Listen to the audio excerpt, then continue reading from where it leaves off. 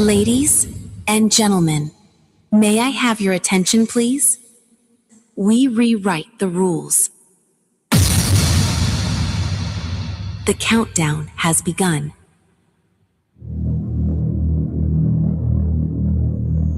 The show starts in 10, 9, 8, 7, 6, 5, 4, 3, 2, 1.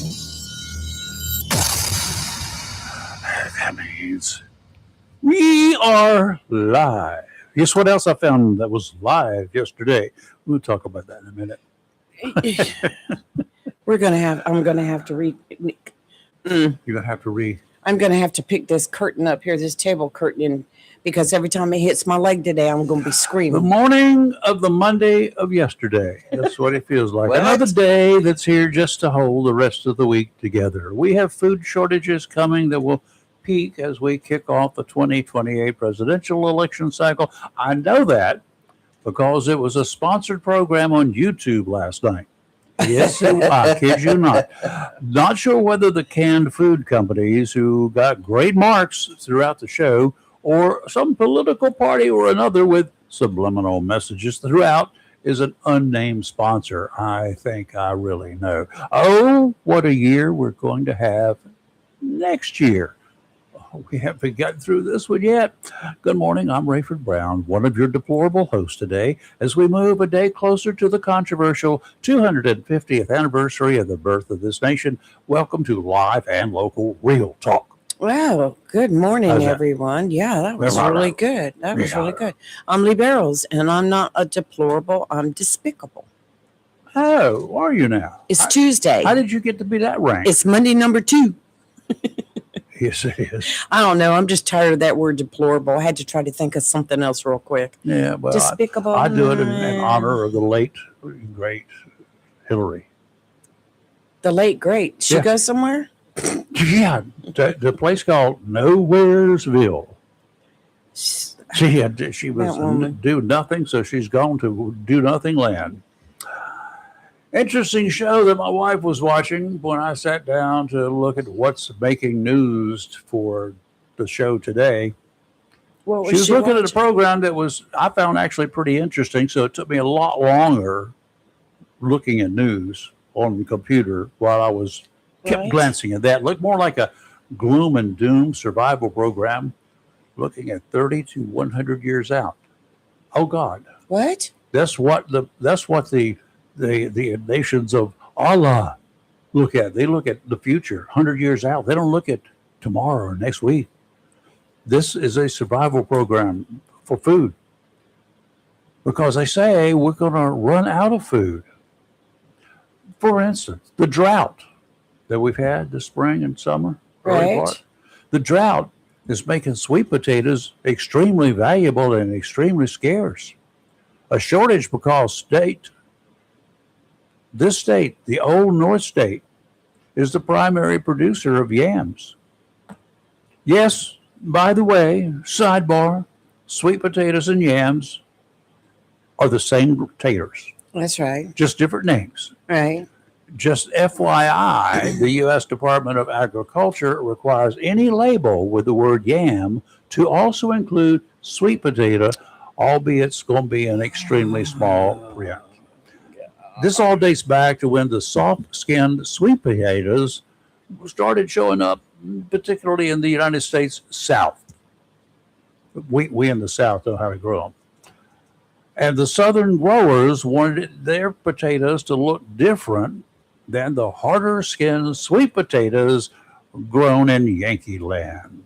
So thus was born the yams. Sweet.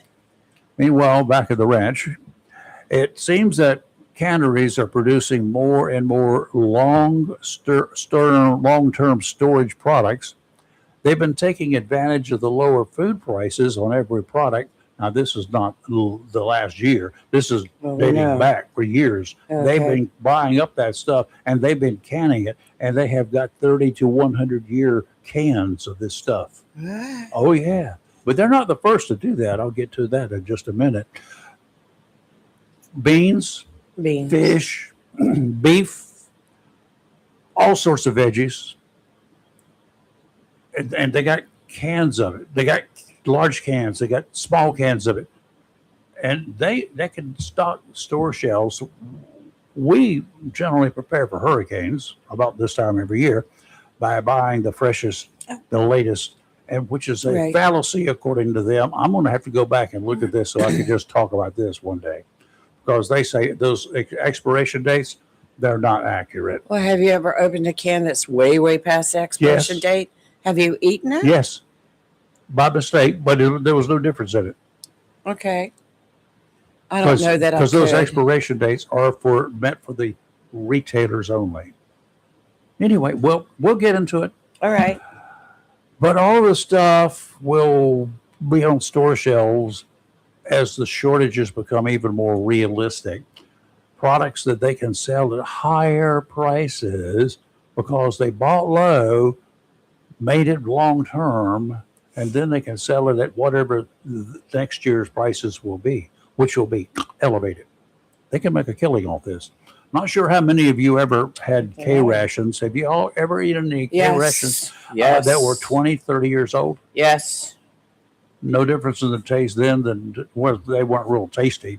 When we But lived on base as kids, they were full of sodium, but that's one of the preservatives. Dad used to have the Boy Scout, Cub Scouts, whatever out there, and he would bring us rations. Yeah, and we could eat them. Mm-hmm. Some of them were World War II vintage. You know that, right? I was a kid. I didn't know. You didn't Just know? opened But them they and were- ate them. Mhm. Like, this is cool. While those K rations did not necessarily taste great, they were safe to eat and provided all of the food nutrients needed. True. That was just the way it was. Very high in protein. Interesting and salt. perspective on the future of this country. Those cans of soup and other so-called non-perishable things that many of us stock up on to have on hand just in case. There are apparently cans of the same things and much more available now that will last more than a quarter of a century. And those cans of soup and all that, they're all short. They get short lifespans according to that. They're short lifespans on shelves in the other places. Right. So I got to get to anyway. buying some supplies. Yeah, you have, just in case, because we got something out there. My question Yes. is there something that someone knows? Perhaps someone is in our government, someone that's looking towards a long-term shortage of essential food products. They're planning for this, and there are companies planning for this by putting all these cans of veggies and fish and beef and pig and all that chicken. They've got them so they can put them in cans, and we can have them. You can buy lots of chicken breast meat in cans, right? You can buy tuna fish in cans. You can buy all of this stuff in cans. Who was it just this past week? I think he's in the radio club. Was talking about buying a bunch of turkey or something that they bought on sale Yep. during the winter, like, 10 cents a pound, and they were canning it. Yep. That turkey back in November before Thanksgiving, you can buy them at anywhere from 15 to 25, 35 cents a pound. Right. Depends upon who's running the sale. And I usually pick up an extra one. Turkey, there's nothing wrong with turkey, folks. And you know what? It's cheap. When you get it like that, it's cheaper than any chicken you can buy. Absolutely. You can buy 30 cents a pound, and you can have a meal for days on end. I usually buy 2 at a time. That way I'll have one for Christmas, for the Thanksgiving period Yeah. when they run them like 39 cents a pound with a $35 order. They used to be 20. They got them down as low as 7 cents or 8 cents a pound at one time. Now you get them down to 27, 28, 29 cents a pound, the low ones. But anyway, nothing wrong with them. I'd like to know how to can them. I would tell Tom that listens to our show every day. I don't think he's on yet this morning. Why If you not? are, Tom, Come I'm on, going to Tom. talk about you. He does a lot of dehydration, and I've done a lot of that A lot too of that is what with they're talking fruits and made trail mix. about. But he's dehydrated ice cream. Ice cream. I don't know how he does it, but he used to bring bags of stuff that he's dehydrated. Ice cream. Yes, Tom, if you're listening, Do please. you have to put it in the freezer? I don't know how they do it. It's just Tom. like frying ice cream. Have you seen this fried ice cream? Yeah, I don't. That's I a don't lie. get it. I don't. 910-333-0139. Tom, I want to know about dehydrating ice cream. But I took I would take like a London broil, and I would cut it in real thin strips You need to. and dehydrate that, and it makes the best jerky. And Well, yeah. Just London broil by itself under normal conditions, you can chew. right. But Just jerky, all right. yes, I but don't like it. I did that for a long time. Did a lot of dehydrating. Maybe I should get back to that. You know, they have these little plastic things. They used to offer them, like Ronco or whoever had them, with layers, different trays in them. Yeah, that's what I had. I bought one of those yeah. for nothing. It was cheap, and I used it because I cut up bananas. Yes, I did that. I made banana chips, and they were good. I did the bananas, I don't the think I like did anything else. apricots, and you've yeah, got raisins, and I like all of that, but I need to do that again. I need mix to get that one of all those together and devices. make a nice trail mix. I'd get it. No, that was my dinner at night. After dinner at night. Well, that's like when I dehydrated the London broil and then packaged all that into vacuum seal bags. It was no time at all. I had it eaten. Yeah. I need to do that again. I need to start that. It's great for Let me know hurricane when season. you get a dehydrator or find one. Let me know where you got it. Well, my new oven does it too now. I'm sure, but that's a lot of money to spend on that. What? No, I mean my oven that I know, bought. but electricity or whatever. I know. Matthew said it at. What? You plug a dehydrator into the wall. Yeah, but they're so much smaller, you don't have to heat up the whole area. Okay, I'm just saying. It could be very well. It's be. like cooling a warehouse or cooling your little bedroom or something.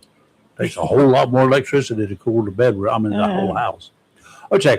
Anyway, this was an interesting show, and I kept okay. looking up at it during breaks and short segments that I was working on last night. But I got to go back and look at it. It was probably That is long. interesting. Have you ever been around that group of people, their little club where that's all they do is Nope. meet and talk about how they dehydrate, how Nope. they save this, how they can Nope. that? People are serious. Haven't been around that and the preppers and all that. Nope. The preppers, that's the word I was trying to think of. That's it. Nope. Oh, not yeah. gonna do it because They're serious sometimes- I don't have that much aluminum foil to waste making hats. That was mean for you guys. Tin Okay. hats. Yeah. Coming up later this morning, very shortly here, we're going to have a week after a special meeting of the Jacksonville City Council that literally ended when the police had to be called in. Oh, yeah, it did. It's the way it was, Jack. That's a fact. City Councilman Mike Yanero, former police chief. I have questions. I've got answers. You're not going to like them. I have questions for him. Stops by to bring us up to date on the ward system debate. Oh, yeah. Well, Possible action from the North Carolina House of Representatives and everything else we need to know about what's going on in what is our going town. on? I like that. We need a segment called Our Town. We do that every day. Yeah, I know. But we Well, need a special just segment. I watched the meeting last night. And They were discussing the budget, yeah, and I have to better get have- him to did verify they not this. pass it? No, not yet. They're going to do that today. They discuss the property tax, Yeah. and I'm pretty sure, but I cannot say it is true. I will get Councilman Yanero to verify it. Did they increase the 63 property? cents, and it That's- was 60. That was 3 cents higher. than it So was. I took that 3 cents and multiplied it, and I'm like, I want to talk to him about that and some other stuff that they discussed last night. But I think that they're supposed to, well, they have to vote on it today. They don't have to, but they go find themselves in hot water if they Well, don't. yeah, there's some other questions I had on it, but the county commissioners voted on their budget yesterday and adopted it. So the county has a budget. Which is usually the other way around. The city silently goes through, gets Well- things done, and the county commissioners are up in the air. Blah blah blah. Well, But it's kind of reversal. this whole thing would have already been done and over with the budget, but everybody was in like a state of what do we do? Because limbo. limbo because of what the state was doing. Yeah. But the county adopted their budget. They're staying at the 65.5 tax on your property. No changes there. There was some discussion of, they said with all the department heads together had requested like 70 new positions. But during the budget workshop, they worked it down to 15. 15 essential.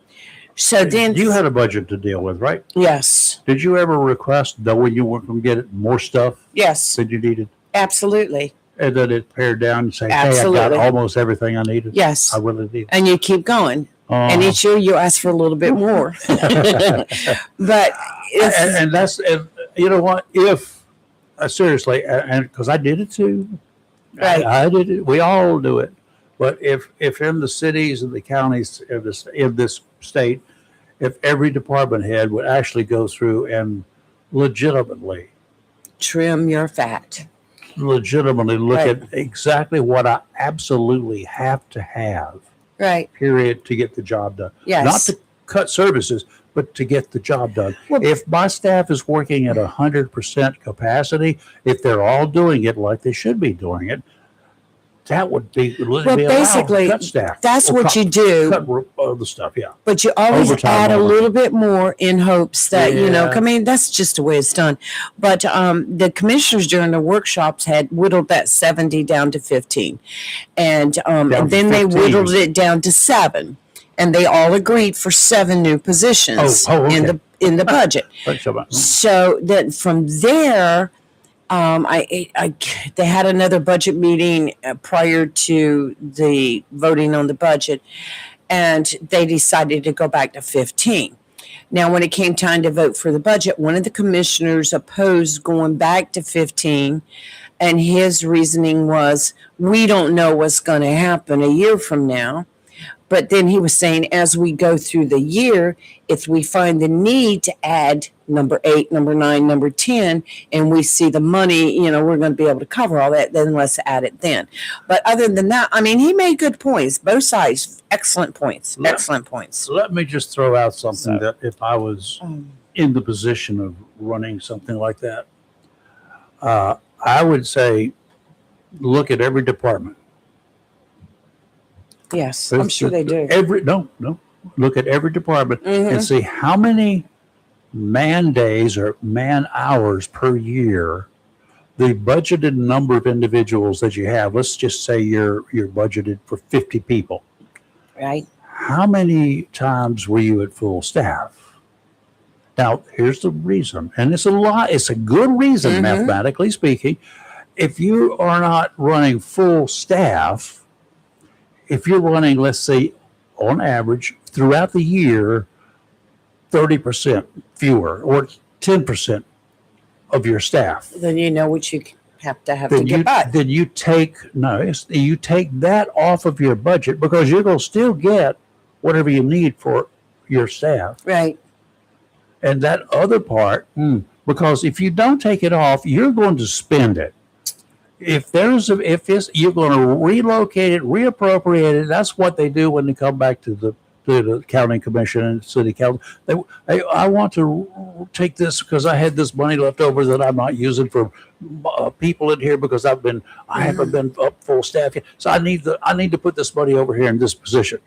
The only place that I would let you transfer it to would be overtime to take care of those open positions when they're open, because you're going to have to work people to work it. Let me address that. Do it that way. Let me address that. Uh-huh. Every year, budgeting through the Postal Service, You're dealing with government, different story. we'd be like, no, I'll bring up an yeah. example. It's like, we need to hire 15 part-timers. Nope, you can have 3. And so then we end up taking the other positions, like those 12 open positions, and we spend massive money in overtime to get the job done, where had we been able to hire a few more and pay them at regular salary, think about the money. So it's a double-edged thing. And the thing about it is, 6 months from now, if the Department of Social Services says we're really hurting, we need help, and they go before the commissioner, and can we have another person? And the commissioners look at the budget, they can amend it, they can say, yeah, we can afford that. So there's that opportunity throughout the year to hire. There's and always add. that, but you're going to have to show cause, show why. Oh, exactly. Well, that's what I'm saying. If it is, but I know that the 15 positions that they are going to fill, a lot of them is going to the sheriff's office, which, yes, please. Department of Social Services, yes, please. And I don't know what the others were, but the county commissioners did pass a budget, and your taxes are based on last year's. So last year's property values. So The value of your house has not increased in the past year. right. So anyway, that's done. That North Carolina State is like one day away from signing the budget. They had more budget talks. They pretty much agree on everything. I think they said by the middle of this week, which is like tomorrow, they will have a budget. First time in 3 years, a signed budget. I don't know this, but I will ask one of our commissioners, and he may call in and tell me. Yes. Mr. Bennett, because I've got a question about it. If any time during those typically 4 years between reevaluations, right? Right. If at any time I come up and I say, oh God, my house, I've had some damage. Right. My roof is gone. I've just had to pare down some Just stuff that down. I don't have the same outbuildings that I used to have. I got rid of them because they were rotting away. Right. So therefore, the value of my property has decreased. Can I have them reevaluated in mid-cycle? Mid-cycle, that's a good question. I think you can if you've had appreciable damage. And therefore, even though everybody else's property taxes have stayed the same and yours would have too, but if you've lost stuff, especially after a hurricane. I was just going to say, I know that's him calling. Yeah, that's him. That's our man, right? Yes, he always has the answers. Hi, Royce. Hello. Good morning. Royce Bennett, County Commissioner. The answer is yes. There's a Board of Equalization review every year. Not just during reevaluation years. That's right. Okay, That's good to know. that is really good. Will you to get know. your money back? If No, that's not the way it works. Can we have my money back? Can I have my money Well, back? this is for the Right. upcoming year in Right. case you've had a loss. Look, the law says that you're taxed on the value of your home on January the 1st Correct. Of each of year. the year. So if you have a storm on December the 15th that damages your house, then you would be taxed on the value after the storm. Correct. But if the storm is on January the 15th, then you're going to be taxed on the value that your house was on January the 1st. Can we reschedule the That's- storm? That's right. Okay. That's just what the law says. But that So, also yeah. includes fires or, your house blows up Absolutely or does. whatever. Anything like that you've had significant damage. All right. That's right. Yeah. Good to know. All right. I just had that thought, and I thought that I was right because I seem to remember that particularly after storms, that the value, a lot of homes lost a lot of value. Mm-hmm. So it just went before So the just real county. quick, there are 22 new positions in the budget. Oh, Okay, 22. I was It told was- 15. it was Okay. 15 of them that were not deemed necessary 2 weeks ago, but are now. So, Oh, gotcha. okay. Thank you for that all right. correction. All right, Royce, now we're up to speed on that one. Thank you. Thank All right, you. Hi, bye. All right. See, we'd look for answers and Well, very We'll good, get because I answers. was told by another commissioner 15 and 7. So Royce corrected that. At Very good. 22 and Good. 15 deemed not necessary. 15 But, plus 7 or 22. well, there you go. There's the 7.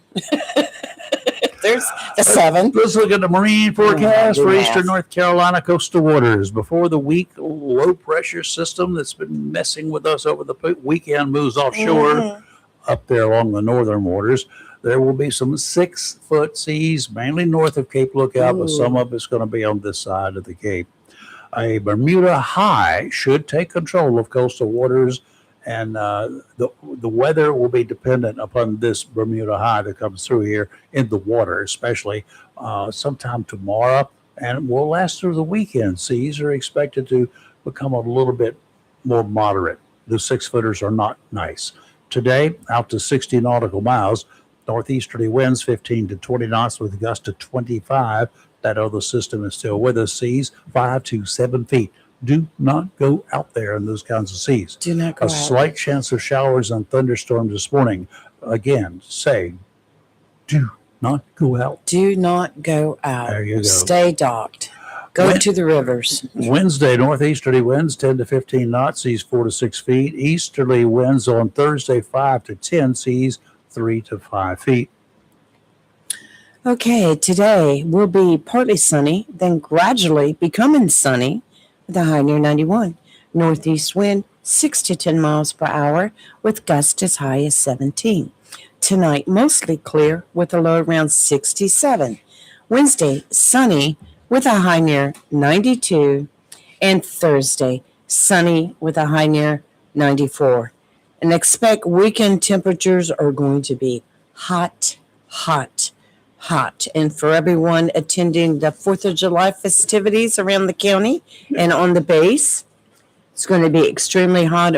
Highs near 100 and the heat index way above that. So drink plenty of fluids and know your body. And if you start getting sick or feeling bad, it's time to go home and get under the air conditioner. There, drink fluids or whatever. Yes. I can tell you about that getting really hot and exhausted and a loss of fluids. Yes. Because I lost Saturday morning, and again Sunday, but especially Saturday morning. You came in the building after being outside with all the other gentlemen And the to raise an antennas antenna. and whatever antennas, plural. Antennas. Well, Is it antennae or antennas? I don't know. I put an S on it. Y'all do the other part if you want to. Yeah. But anyway. You were looking very. I did great. not feel good. No. I was very sickly, You were. and it took a while. You were. With wet cloths and Yes. fluids. And fluids. Water, Gatorade. Get something with some water's grape. It's refreshing, Yes. but it doesn't have all of the stuff that you Electrolytes. need to really Right. get you the boost going. And I don't talk about this boost or whatever propels or Right. whatever. I don't know. I'm not talking about. I'm talking something like a Gatorade, something with the Yeah. nutrients. in it. Pedialyte. That's the word I was looking for. That's the kind of stuff you get babies, isn't it? That's right. Pedialytes. Yeah, but We're all a It's good baby at for some you. point in time. So, and if you're going out to the festivities anywhere, take some stuff with you. I know that probably aboard base they may frown on whatever, but hopefully they will have supplies there for the. there's folks. some new rules coming out from the base too about We're 4th gonna of put up July. 172. I'm gonna see if I can pull it up. Okay, talk about a mess. I'm gonna tell you about a mess. I'm talking about a real mess. A jail complex where inmates are confined while they, in most cases, wait for their trials. Right. Right. This jail complex, in my personal opinion, all of this is my opinion, is a strange animal. It's a 2-county complex.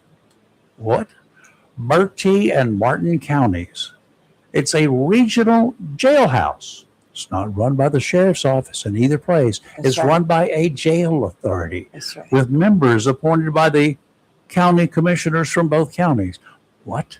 Mm-hmm. Under real conditions, normal conditions, the county jail is under the control of the sheriff of that county. In fact, it is one of the things that is mandated by the state constitution that the sheriff will maintain the courts and the jail and will serve warrants and other civil papers and whatever. But obviously, we go way beyond that these days. But those are the requirements.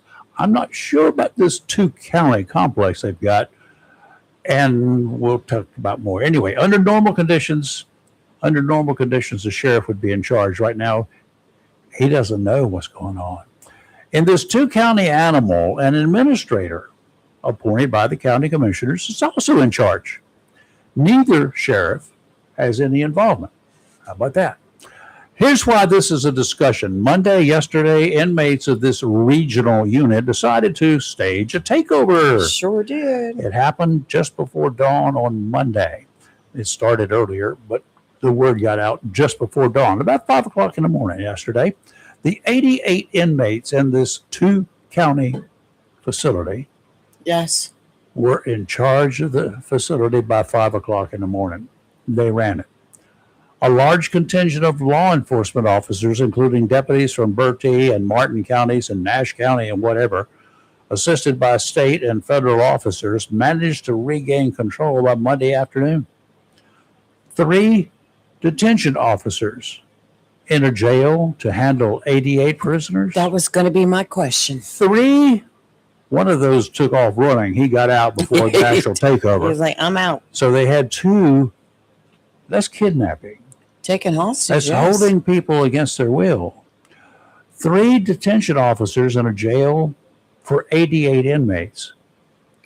That was 88's kind of small for a going to two-county be a jail. question I was going to ask you. What? 3 detention officers. That's the first thing that caught my attention was only 3. Interesting concept they have there, isn't it? By late afternoon, Monday, the situation got it under control.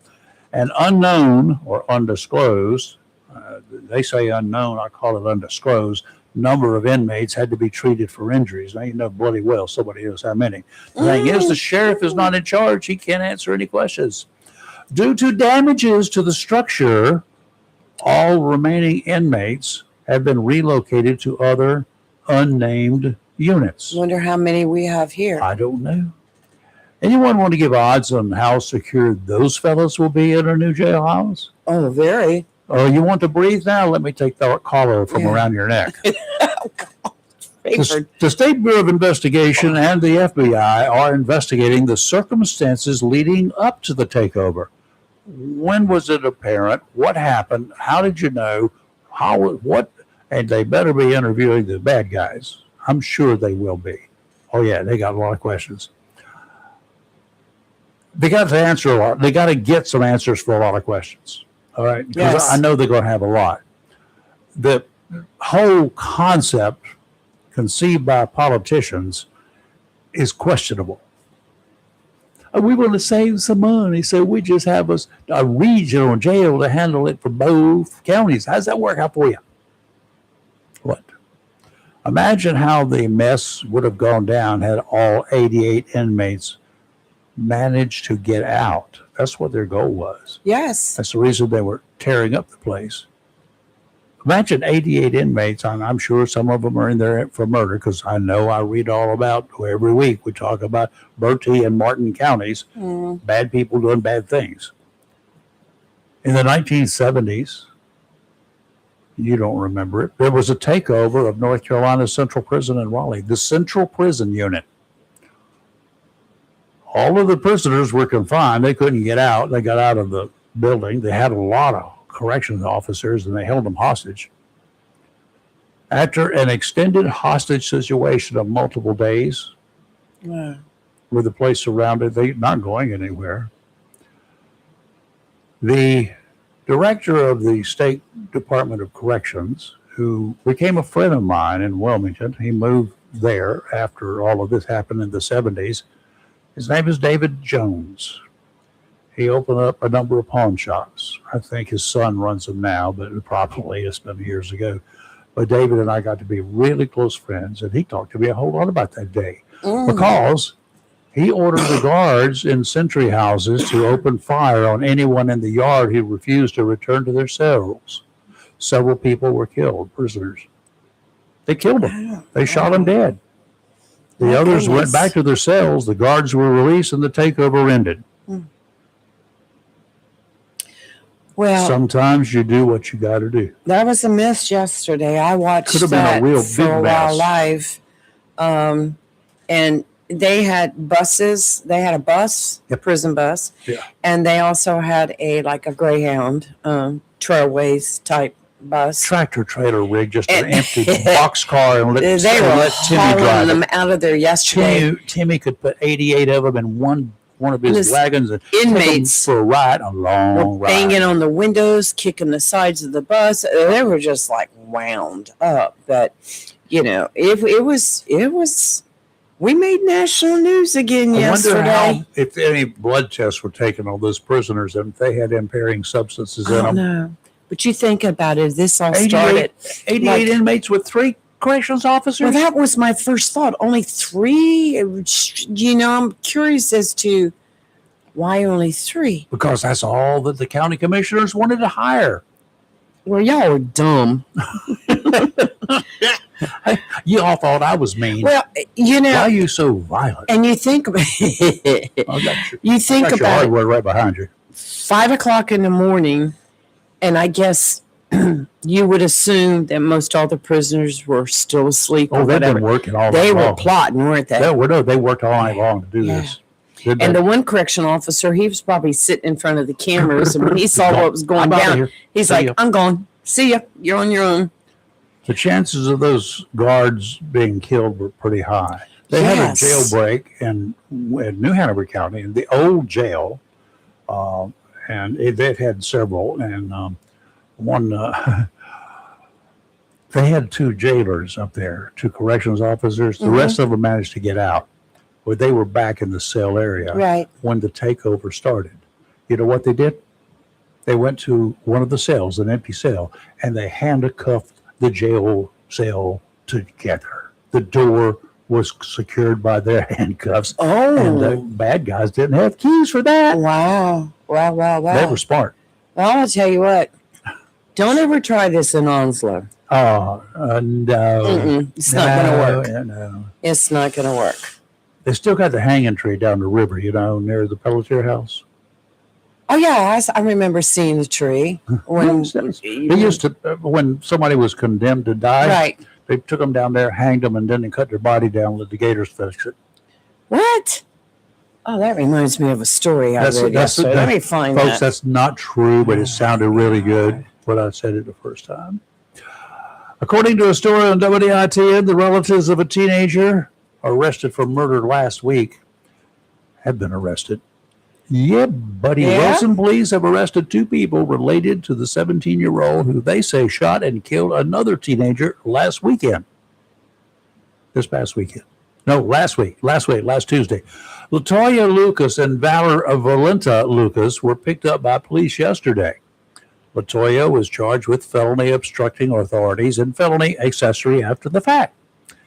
She was given a $10,000 secured bond, which we all assume was pretty low, while Valenta was charged with felony obstructing justice and received no bond. She can't get out. Why? Well, you knew I was going to look into it, didn't you? Right. Well, Valenta's criminal history includes common law forgery No, and possession of a gun as a convicted felon. There you go. You're staying in jail. Mm-hmm. The 17-year-old was charged with an open murder count on Saturday. The murder occurred last Tuesday at 12 o'clock midnight. Yep.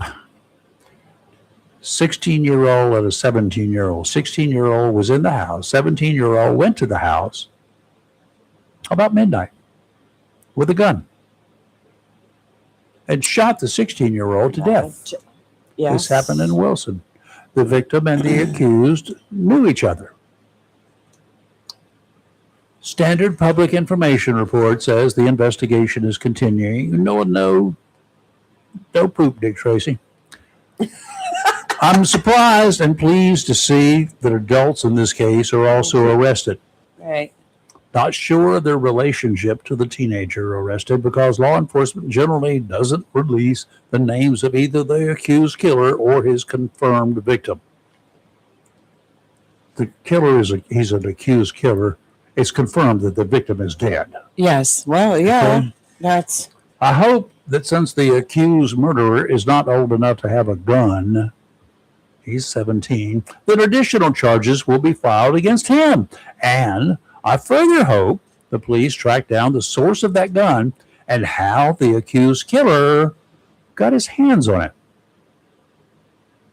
Anyone involved in that should also find themselves as occupants of the county's bed and breakfast. Hopefully they've got more room and better security than that unit in wherever it is, Bertie and Martin counties. I think it's near Windsor or something. Or it's whatever. Well, speaking of that, and then the parents being arrested, I don't know Greenville, who they are. I don't know whether the parents are who. Greenville over the weekend had a curfew, and I don't know if they'll do it again this coming I week would or not. think that they will. But it was from this past Friday to yesterday, 10 p.m. to 6 a.m.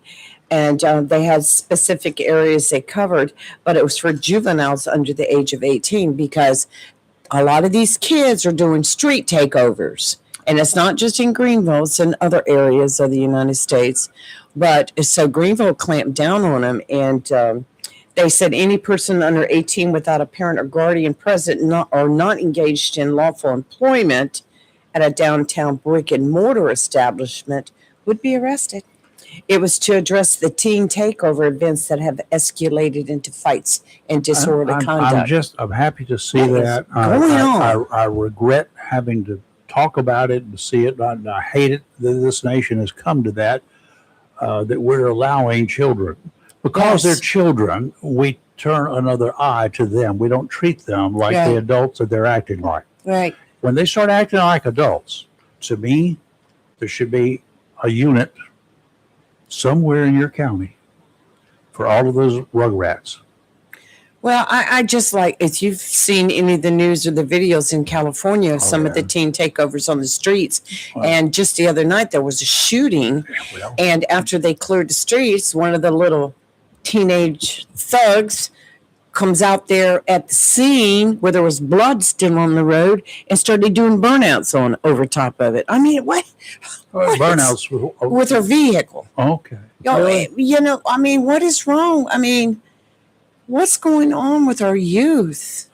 They need a good slapping and a butt beating. Yeah, they weren't beat enough growing up. They really need a woodshed.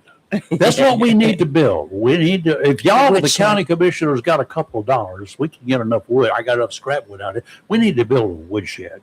A woodshed. Yes, take them in and give them a good whipping. To the parents. Right. Since we can't do it, the officials. You guys don't have a woodshed at your house, apparently. Here is a device. 30 days in the woodshed. And they go to the woodshed. Right. And you take them there once a day for the next 30 days. Well, you, Mr. Parent, Ms. Parent, you take them there. If not, we were going to confine them. And if you're involved in anything by not taking care of them, you're going to jail. Well, let the judge be like the high school principals were, and the junior high principals were. You got in trouble, you got the paddle. You got in trouble at Jacksonville High School. Linwood. If you had your teachers that were whippish, the whipping. Those teachers sent you to see the coach.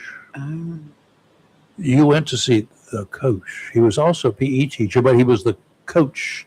He was the high school coach of the football team.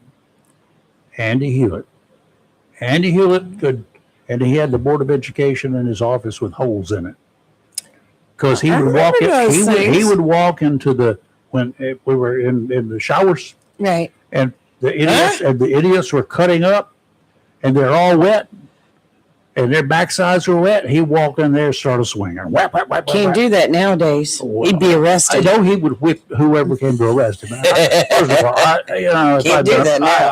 I'm a police officer. I said, I don't see any probable cause here, Your Honor. So sorry. Move on. Carry on. That would be me. Well, we've been Totally talking justified. the last couple of weeks about stupid as stupid does. About drivers on the highway, like not using your turn signal, you get pulled and they find all these drugs. Yeah. Well, here's another example of stupid. This happened in Onslow County over the weekend. Stupid does. Must have been somebody from somewhere else. Well, Jacksonville man oh no, is facing multiple he's an charges, import. including driving while impaired and carrying a concealed handgun. You're stupid. After consuming alcohol, You're which dumb is a and no-no, following his arrest by the sheriff's office. 25-year-old Bobby Jean Graham was arrested Saturday. Well, you know what got him stopped? He displayed an expired registration plate. Oh, were you dumb? Covered or disguised the vehicle's registration plate. Oh, no. And drove in a reckless manner that endangered people or property. So this is not something that he just failed to get his tags on time. Well, driving while impaired, driving license revoked, using a foreign license while his license was revoked, reckless driving to endanger. A foreign driver's license? Yes. Carrying a concealed handgun after consuming alcohol. Good. You're going to be in jail forever. Failing to stop at a stop sign or flashing red light. Bobby? This is Bobby, B-O-B-B-Y, Gene, G-E-N-E, Graham. Common spelling. Graham. That's right. Displaying an expired registration, covering or disguising a registration plate, and other traffic violations. All right. He was driving while impaired, and his license was revoked. That's right. And, carrying a concealed handgun, like I said, while consuming alcohol, which you cannot do that. You cannot do. So, had he been at home, drinking his beer, not bothering anybody, he wouldn't be in jail. But now he's got a home away from home. Now he's out driving drunk, and I'm sure he's accused of it. We don't know that he is, but allegedly. Well, let me tell you, I'm sure they're probably once they check further, he probably had no insurance on that vehicle. Well, I'm sure he would already been listed for that. Yes, well, hey, they could still be doing more. And but you said his age reckless, was what? 25. B-O-B-B-Y, yeah, Graham. I mean, this is like, come get me, here I am. You don't use your turn signal, you could get stopped. You know what, you just, that's just like, come, stop me. Yes, don't use your turn signal. Right. And you're gonna get stopped. You got an expired tags, that just adds to the pile. Right. And then you tried to cover it, and then you had a foreign driver's license. There's an intentional act there. It's called intent. And some people say, well, what difference does intent make? It makes all of the difference in the world. Don't people understand if you've got a license that does not belong to you, especially a foreign one, you don't think they're going to run it and they're going to see it? They're like, what? Yeah. I mean, whoops. Not very smart. Dadgummit. Not smart at all. Well, I can't find a criminal record on him in North Carolina. It does not mean anything. We will find one soon. Once he goes to jail, once he goes to the courts. It ceases to boggle my mind about these guys who get out there and do that. It's like Interstate 95. Yep. It's called the drug corridor for a reason. Yes. The police, the highway patrol there, they used to catch a ton of people. Right. Because they were stupid. And they still will stop them, but they don't have the same results anymore because they found other ways and other routes, apparently. But they would leave Miami, a source of supply, in a fast car. A really standout red car was popular. And it was, big and heavily tinted windows. Mm-hmm. That means stop me. That means just pull me over for something. And then they would run 85 or 90 miles an hour up on the interstate. Why would you do that? Because you're trying to get there faster? This is what were those movies? The high speed things like Vantage Point. Vanishing Point was one of them. Vanishing Point. I love that movie. Vantage. But there are others. Why do you get out there and do that and just tell people that I'm violating the law? Come get me. Because you're going to get stopped. Right. It's the chances of you not getting stopped running high speed on the interstate coming through North Carolina before you get up to Fayetteville area, they're waiting for you. They have a team waiting for you. They have this new thing on I-95, and North Carolina included, going through several states. They're busting down now. If you're in the left lane, and you're not doing the speed. That's right, or whatever. They're going to ticket you. And if you're not using, they're busting down heavy on I-95. Let me tell you something about turn signals. It's a pet peeve. And first of all, it's illegal for you not to use your turn signals. But when you turn your turn signals on after you've started making that lane change, what good is your turn signal? That's to tell people behind you that you're getting ready to. By the time you turn your turn signals on, you've got two wheels in the right lane. Something wrong with that. Yeah. You're too late. We dude. could talk for hours on You're way too late. dumb dudes. drivers. That's too late. If you got to wait that late, just don't even do it because it shows stupidity. Well, I told you I was on 795 last week, and speed limit's 70 miles an hour.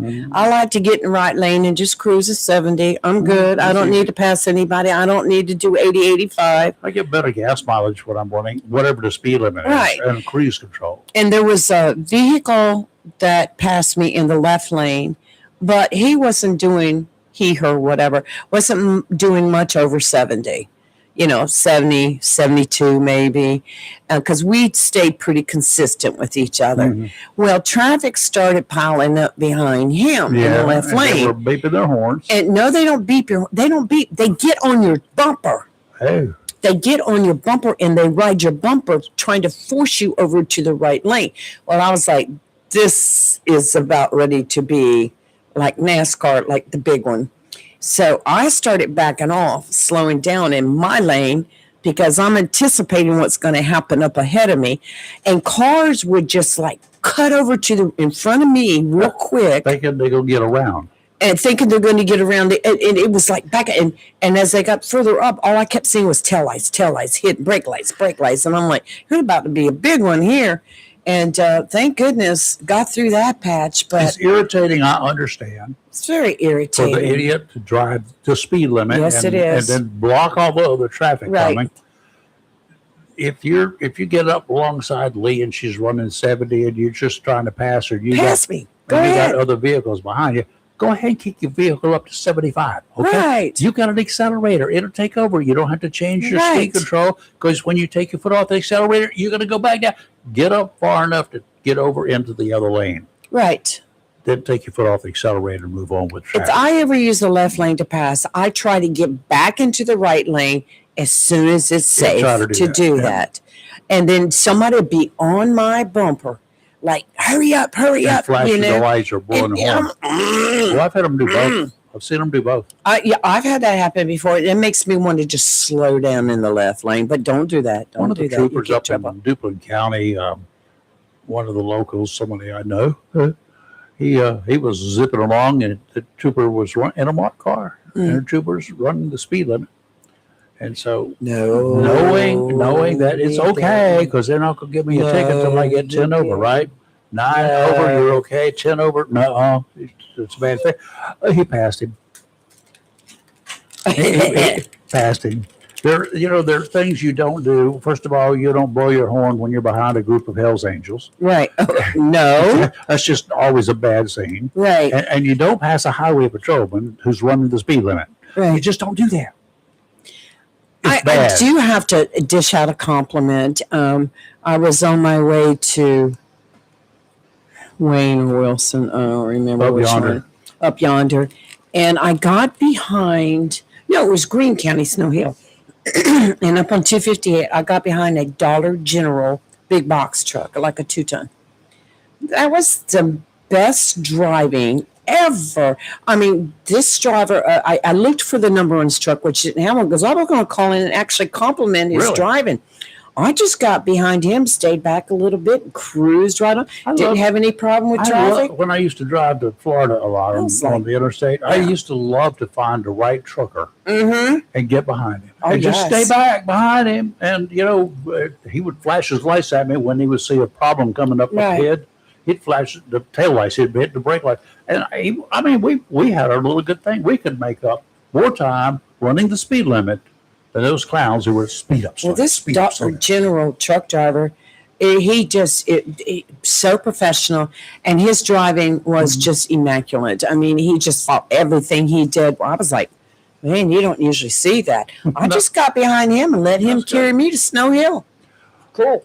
We have got a special guest in the studio this morning. Oh, and we are so ready. And I brought some stuff over here just in case we have to get into a battle.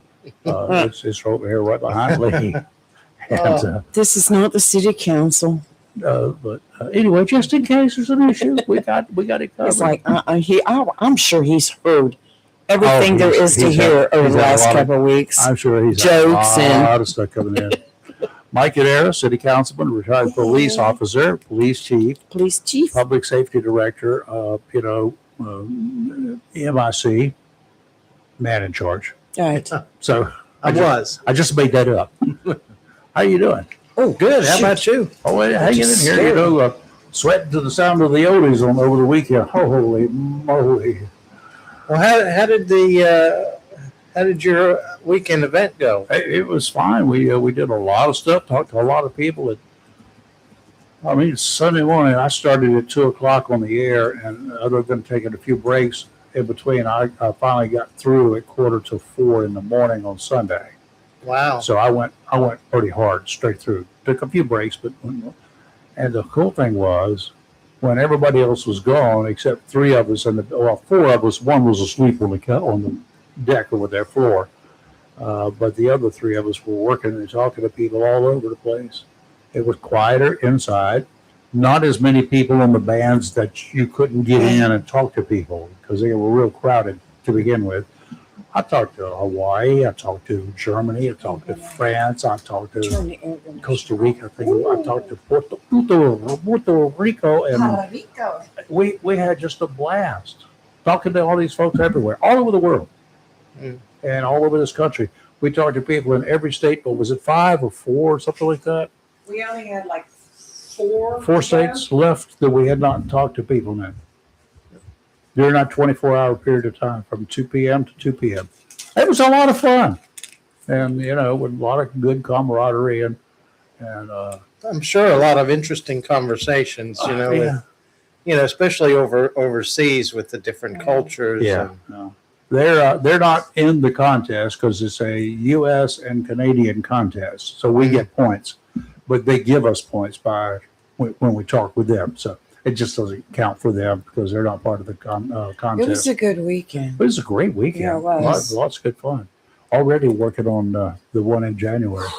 I won't be sweating to death in January. Whew.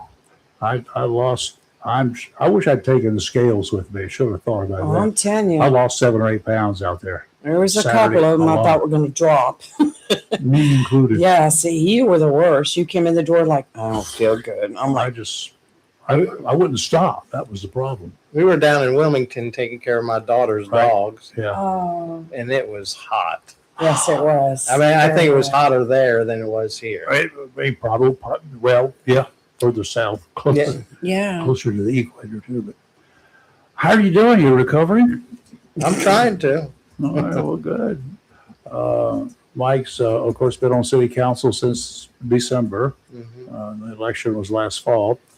And, and the election process is a bit of bone of contention, but not the process in general, but particular aspects of the process that the city enacted, I don't know, in the 80s or 90s or sometime. I think it was 86 or 89. It was somewhere along there. They decided, with probably a little encouragement from the federal government at the time, as I recall, y'all need to do something about the way you elect people.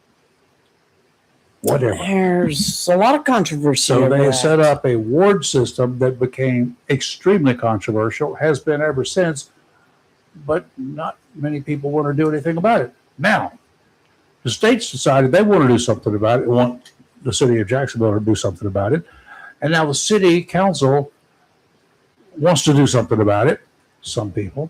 Other people on city council don't want to do anything about it, and like, we're in a mess. Where are we? Did I explain it right?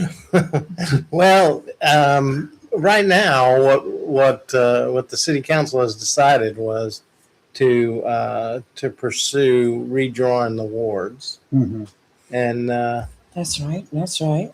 and so They decided that at the very end of this, what I call contentious city council Sure. meeting, that ended with an arrest. We'll talk about that later, but somebody got arrested. All right. I want to ask you something now. There was talk last night. You were talking about redrawing the wards. And instead of having the four ward members redraw, there was discussion about bringing in a company that actually does stuff like that to do it. that's what it option. seems like that look at that, Right. but that seems like an option that we could do. How much is that going to cost me? I don't know. See, that's where I'm coming for that. So we, There's well, that 3-cent tax increase well- right there. well, no, the 3-cent tax increase now was Yeah, I to told fix him that salaries. last night. Phew, burnt my phone up. well. I mean, Right. we got to be competitive. In the market now. I mean, it costs us $100,000 to train a firefighter or a police Yeah. officer, and every time they go somewhere else, it They take away from the city what the city paid to put them there. right. Yeah. I mean, it's about 42 to 50 weeks to train a police officer or a firefighter. And, it's not like when you and I started, they basically, Bring your own gun. yeah. Well, I mean, They offered me one, but I didn't take it because sometimes I see those things not shoot. yeah, but I'm if you're like me, I worked a couple years before they sent me to the police academy. Really, I mean, yeah, we didn't have a police academy. Mhm. Yeah. You know what I did? What was it, 40 hours then? No. Oh no. When I went in and the chief swore me in, I think the city clerk came in to do the oath of office. And anyway, swore me in. He said, "Now here's your badge. Now your mission is to go arrest somebody, but don't arrest somebody unless they need it." Almost his exact words. well, yeah, they And give. then I went to school at nighttime. It was just a departmental class Oh wow. taught by the captain. So I was very similar. Yeah. So what they did was they sent me to 40-hour in-service training, What it was 40 hours. and then they gave me a gun and a badge and put me with an officer to kind of show me the areas. Yep. After 30 days, they sent me free, Yep. and I worked almost 2 Sent you years free. before they sent me to the police academy. Yeah. And I just wanted to be sure you were a keeper. That's all it was. yeah. I used to think that. Let's break them in. And, Well, the bad part about it was I had a degree in criminal justice, but the degree in criminal justice was more philosophical. yeah, I was going more- to say psychological and everything. Yeah, it wasn't. It's how it should be. Yeah, it wasn't practical experience, and so I worked a couple years and muddled my way through a lot of things. I one of the things I can remember that was interesting was the first traffic crash I worked by myself. Oh, great. I I was sorting that one out, right? yeah, I mean it's but that's the way it was back then. Is that they hired you and they in the words of the sheriff that hired me the first time is Lee, you look like you have some common sense. You'll be fine. Pretty much. Yeah. You know? So But it but was. but there's so much to it now. It's not the same. It's not the same kind of work. And just like I was a paramedic, for many years. And I worked for the state police for almost 20 years as a flight medic, and But you started that out when you were 12 or something, I right? was 15. And they I allowed cannot imagine that. well, they allowed people to do that back Well, then. yeah. Well, we did on the ground. We did that. Yeah. But And but Wow. both of those professions, they're no longer where you're. I remember them saying, hey, okay, you're going to be on the ambulance, and no training at all. Basically we went and scooped people up and that is a very good description of what it used to be. You scooped them up. oh yeah, And some of them you bagged them, tagged, and moved on. yeah. I mean, and that was the life back then. I mean, that was the process. Like I told Chief Tallman, and I said, the height of my fire training was, they said, when the alarm goes off, get on the truck and don't fall off the back. That was the extent of my training. They said, you'll Yeah. figure out. And you get there and put the fire out. And I was already a paramedic, so I kind of understood some of the vehicle extrication stuff. But you know, the firefighting was a little bit. It's a different animal. Yeah, it is a different It's a- animal. Well, here's a question for you. Now, when a person is hired for the fire department, police department, or whatever, and they have to go through training, are they required to sign a contract with the city saying that after I go through That's the training and get certified that I have to work at least a year with the city before I transfer out? You know, Is there any kind of agreement like that? we used to have that type of agreement, but some of the case laws that's come out now has made it more and more difficult to force them. And what we were seeing before I left was that a lot of these departments were paying the contract off to get the officer Yeah, because it was cheaper for them. Ah. that was the other thing that I've heard about that a lot of, and I've seen it in other professions Right. that they would buy the contract out. Yeah, they go ahead and pay it because, you know, you figure if the contract is $30,000 and you're getting $100,000 worth of training, It's worth it. it's worth Yes, it. It's most- worth it for a municipality to do But that. didn't You the come sheriff in say- ready to go without even having to go through it, so you don't have to spend time and get a salary to go to school. You're done, so Yeah. you're ready to go. Well, didn't the sheriff say last week that they hold them to a contract? The new ones, once they send I them to don't- training I and thing. don't remember. I think I remember him saying that. But well, let's go back. Let's go back. So last night you approved the tax rate at 63 cents, right? That's a done deal. That's right. Now you didn't actually approve the budget yet, right? That's today. But no, the budget has been approved. Oh, it has been approved. It has been approved. Okay. And you know, the 63 cents goes for, you know, it's almost I think it's around $2 million to fix those salaries. And you know, we talk about police and fire because obviously I have You did a both. have a real background in that, Right. but you know, I took a tour of the water plant the other day, and you know, it was very enlightening. It's another animal. Well, and Really? and you ought to see. I mean, you know, I'm real proud of those people because all the certifications they have to make sure that we have clean water, and that we have clean water, are amazing. Right. And you know, those folks are as well trained as the police officers. You know, it's not like back in the 40s when you had the police chief here in Jacksonville. Oh yeah. And he used to run the water plant. You know? Well, the sheriff used to Interesting. collect taxes at one time. All right. I mean, he was the tax collector in a lot of counties. I think it was here too. So it was that's weird. Well, you know, I did an assessment down in Louisiana. Oh, and you suggested that they do that? No, they do that. Do they? Really? Yeah, the sheriff is the tax collector. Oh, good God. So he has a whole staff that collects Interesting. taxes. Interesting. Oh, Not another state. What? I was just checking to see who was down here so I could let Chapo down. Oh no, he's He's in fine. okay. He's Yeah. friendly. He can come in. I'll watch him.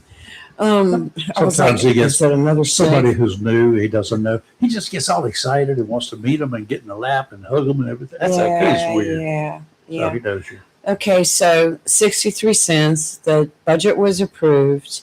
But I have some questions because I know that y'all were talking last night, and I want to ask you about the difference between contracting an attorney as you need them versus putting one as paid staff full time.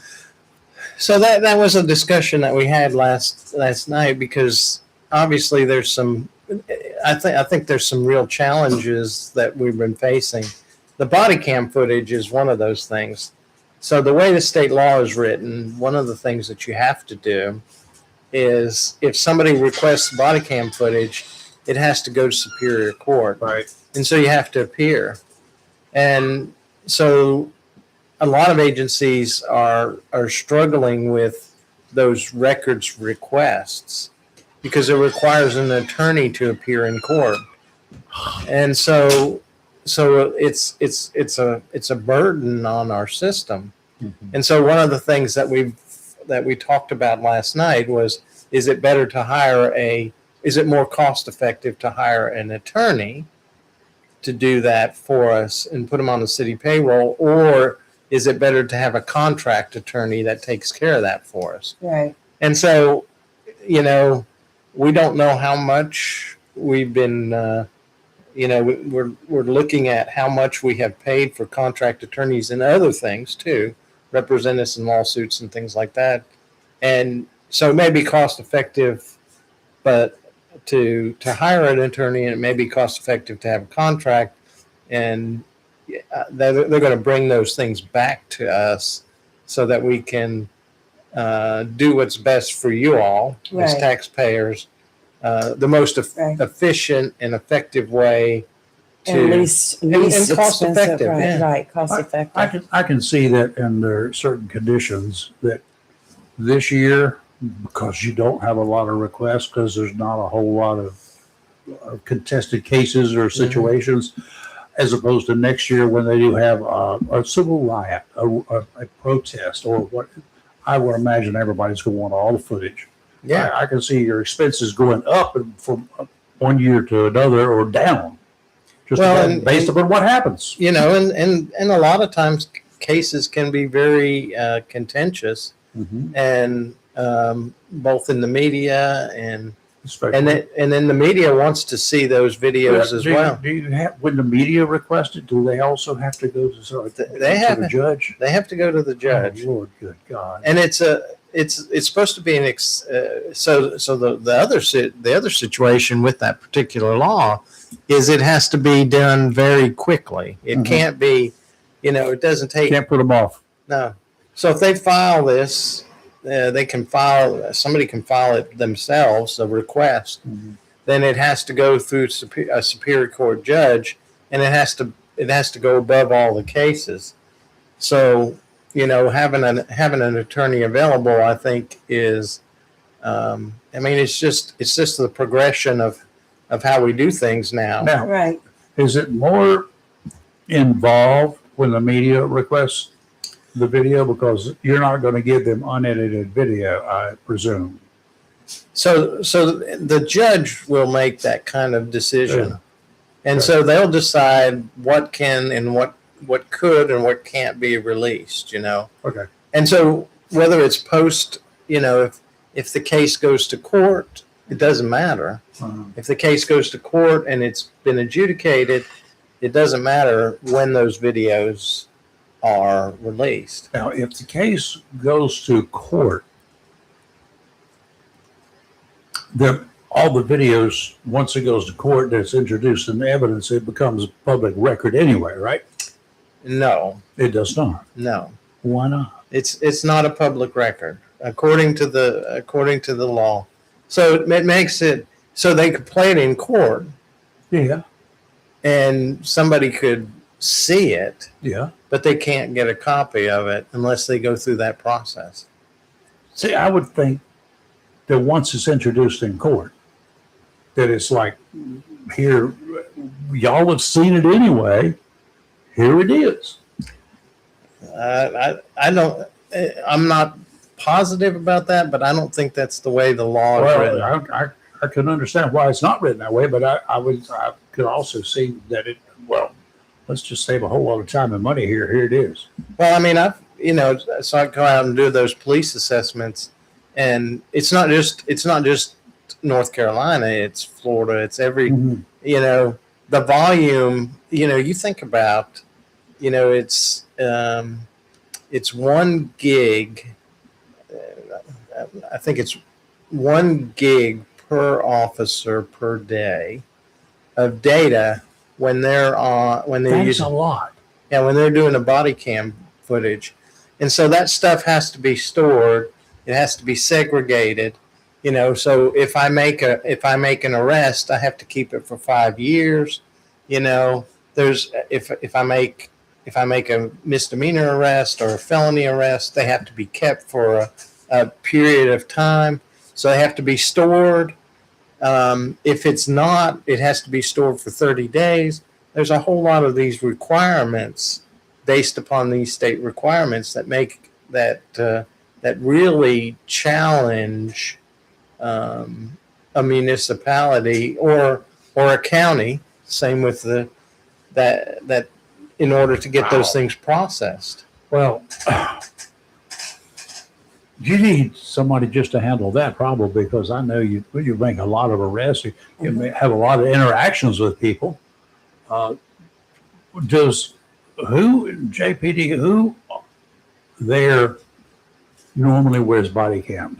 I know all the patrol people will, right? Yeah, most of the patrol people, and of course they still have some in-car cameras as well. Sure. And that the data, the videos from the in-car cameras are another, because an in-car camera might be on as well as the body cam, Mm-hmm.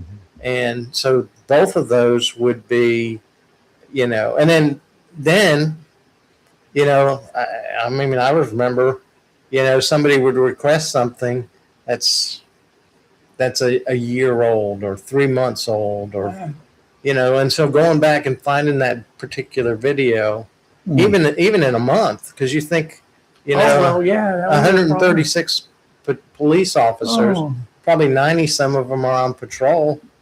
All that information is, somebody requests it, you don't know the time and date, and if they do know the time and date, sometimes they're off. And so, a single officer, if they don't know the time, they just know the date, and I mean, it takes a lot of time to. In the beginning, I know that some cameras, when they set them up, did not necessarily record the exact time. They didn't have the time, and some cases depended upon the exact time. It was off for 20 minutes, 30 minutes, a day. Wasn't that uncommon. Hmm.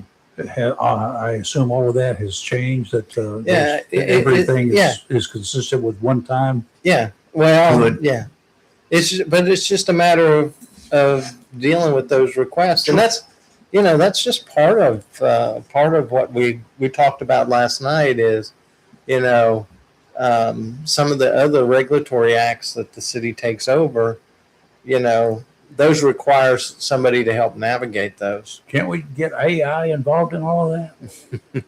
All right, I Just have kidding. another question.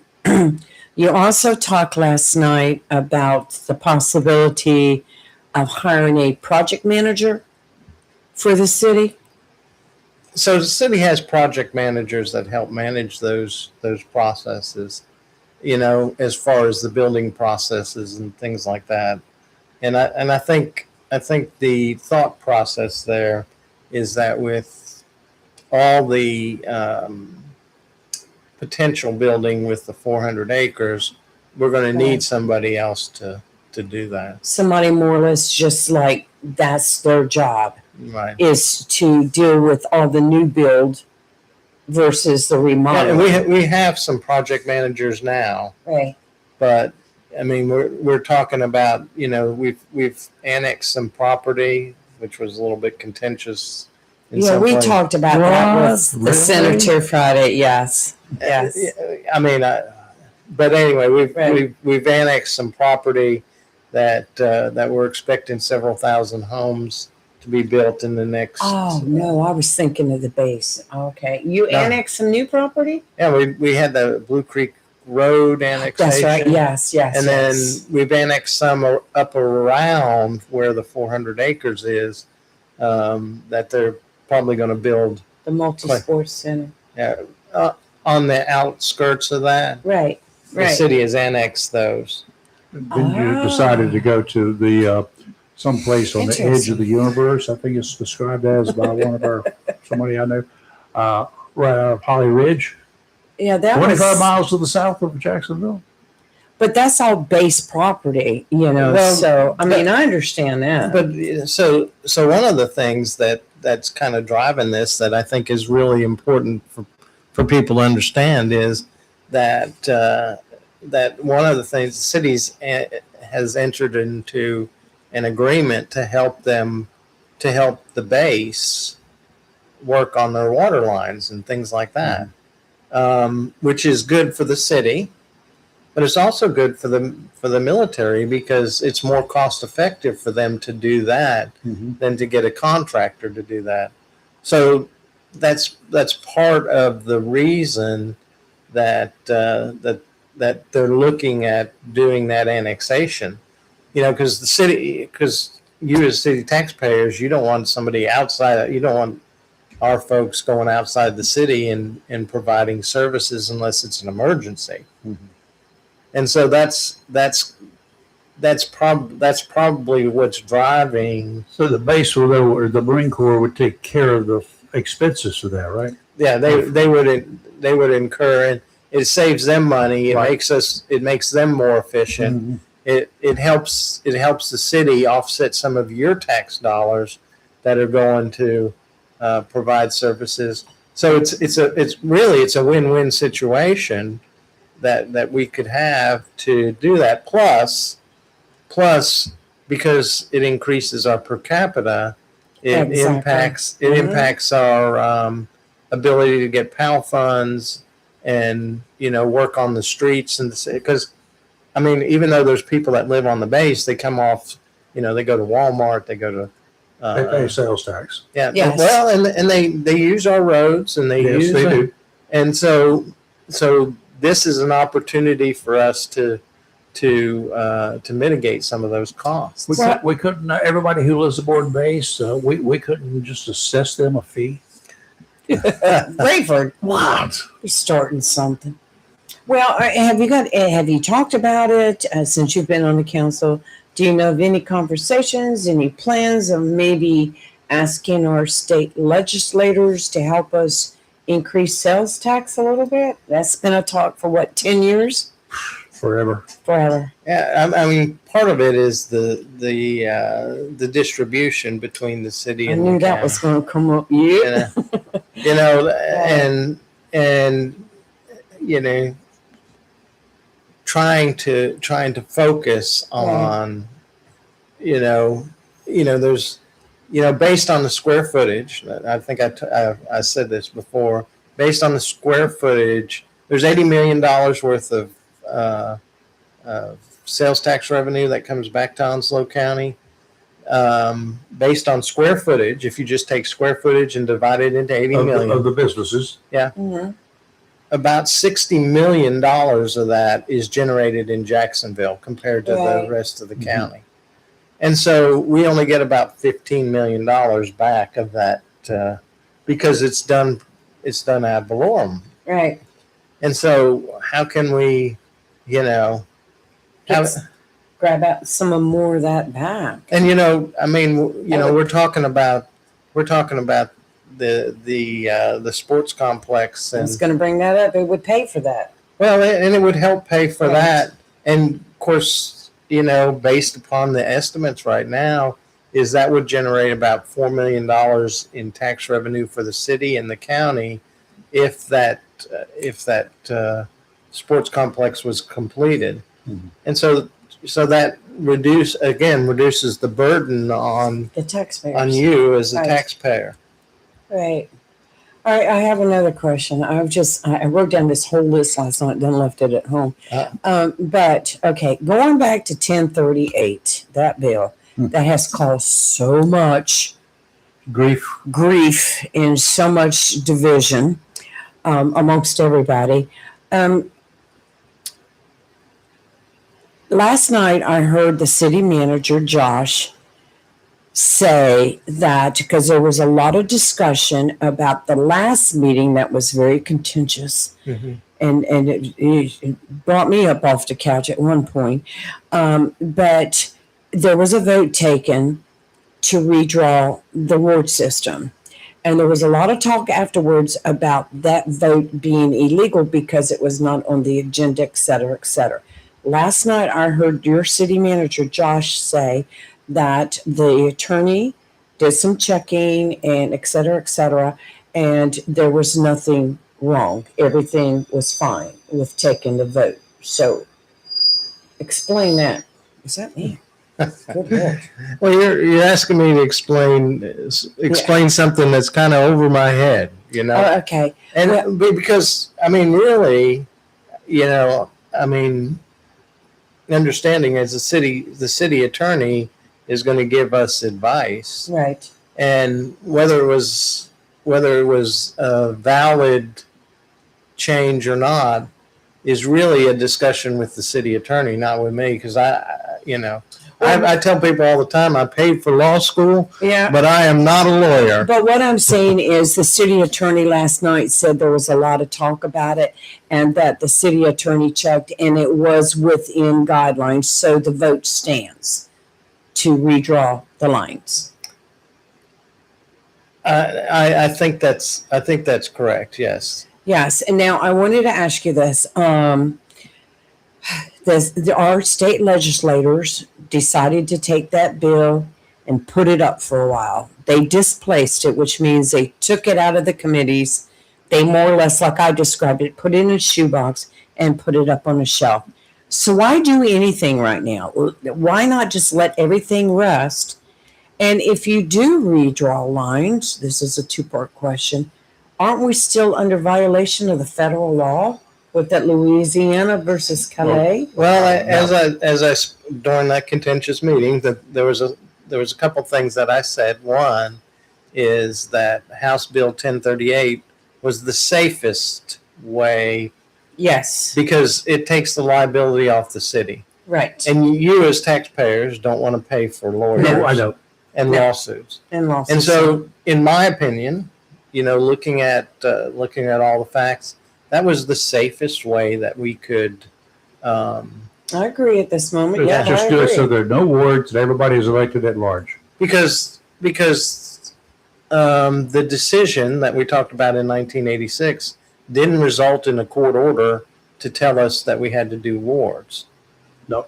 And without that court order, the Calais decision, which occurred in Louisiana, is going to require us to, one, change the charter, and two, at least in my mind, is change the structure of the wards. And so that's why I'm thinking by redrawing the wards, you're still liable. The city is still liable if the federal government comes down and says, no, you're not in compliance, right? Yeah. So according to, and I read the entire thing, and again, I'm not an attorney. Right. Okay. Although I paid for law school, expensive one Close too. enough. But and I haven't asked my son any of these questions, but my understanding is that there's going to be strict scrutiny of this through the federal government. But you know, that's why we had that discussion about Right. looking at a firm to help us with this process. Well, would you put the liability back on that firm instead of the city? No, I think The buck stops with you. I think and so as we move forward in this process, because the decision was made to redraw the wards, I think we have to be very calculated and very clear and very transparent in how it's in order to ensure that that we don't open the city up for liability. Right. It's just a huge mess. I say it's a mess. It's a mess. I keep thinking about things in the shower and whenever. But I look at, I'm by four individuals, three individuals that I did not vote for, cannot vote for. Three of the individuals on that city council I cannot vote for. Period. Mm-hmm. However, each one of them, and I have to pay taxes. So I go back to something called taxation without representation. That's how we got started here 250 years ago, right? Now, when I look at that and I say, they got three people on the council who are deciding whether and how much taxes I should pay, and I cannot vote for or against them. Is that not taxation without representation? Mr. Lawyer. It's kind of I'm pulling not a it lawyer. out I of just the went to law hat. school. Yeah, so there's arguments on both sides. Right. You know, the arguments is just for example, the state the same way. I mean, basically, we don't vote for the senator that's in Mecklenburg County or Asheville or Mhm. Right. Winston-Salem or any of those places, and so and they decide what the tax rate That's is. set up in the Constitution, right, for North Carolina. Yeah. The federal government's got a constitution set up to handle districts, house districts, and Mhm. whatever. We don't have a constitution for the city of Jacksonville No, I to mean, control the way we conduct elections, right? and I think it depends. So one of the things that can happen is that there can be a grassroots and during an open session, the city attorney told us this, that there's a number of ways to amend our charter, which controls it, and one of those is for people in the city to petition it. So in theory, if you don't like the way that our charter is done, a grassroots community can change it by doing that petition. Well, is the charter online? Yes. Okay, I'm gonna have to go read that charter. Well, let me ask you this: if say it happened and that the city redrew the lines for the wards, say 6 months from now, a year from now, and it's still not actually in compliance with the federal government, can anybody take out a lawsuit? I don't think we have the federal government based upon the racial stuff of the 1986, 89, whatever it was. I don't think they're involved in that anymore, right? Well, basically, that Supreme Court decision has determined that the voters has watered down the Voters' Rights Act, and so what it did is it changed it from being you have to have intentional discrimination versus the results. Yes. It used to be it was the results, but now you have to have some type of proof Intent. of that it intended to discriminate. Right. So it makes it a little bit more challenging. Intention or intent, even in the criminal law, that's where it gets to be very contentious by the time you get to a court. Right. For instance, the easiest one to explain, you've got assault with somebody, right? But then there's assault with a deadly weapon on somebody. Then there's that thing called inflicting serious bodily injury. Or then there could be an assault that results in death. So but there is an intent. Assault with a deadly weapon with the intent to kill makes that a whole different situation, doesn't it? It does. I mean, so it's so complicated right now. Yes. It's going to be, And and lawyers have got it. It's going to be complicated.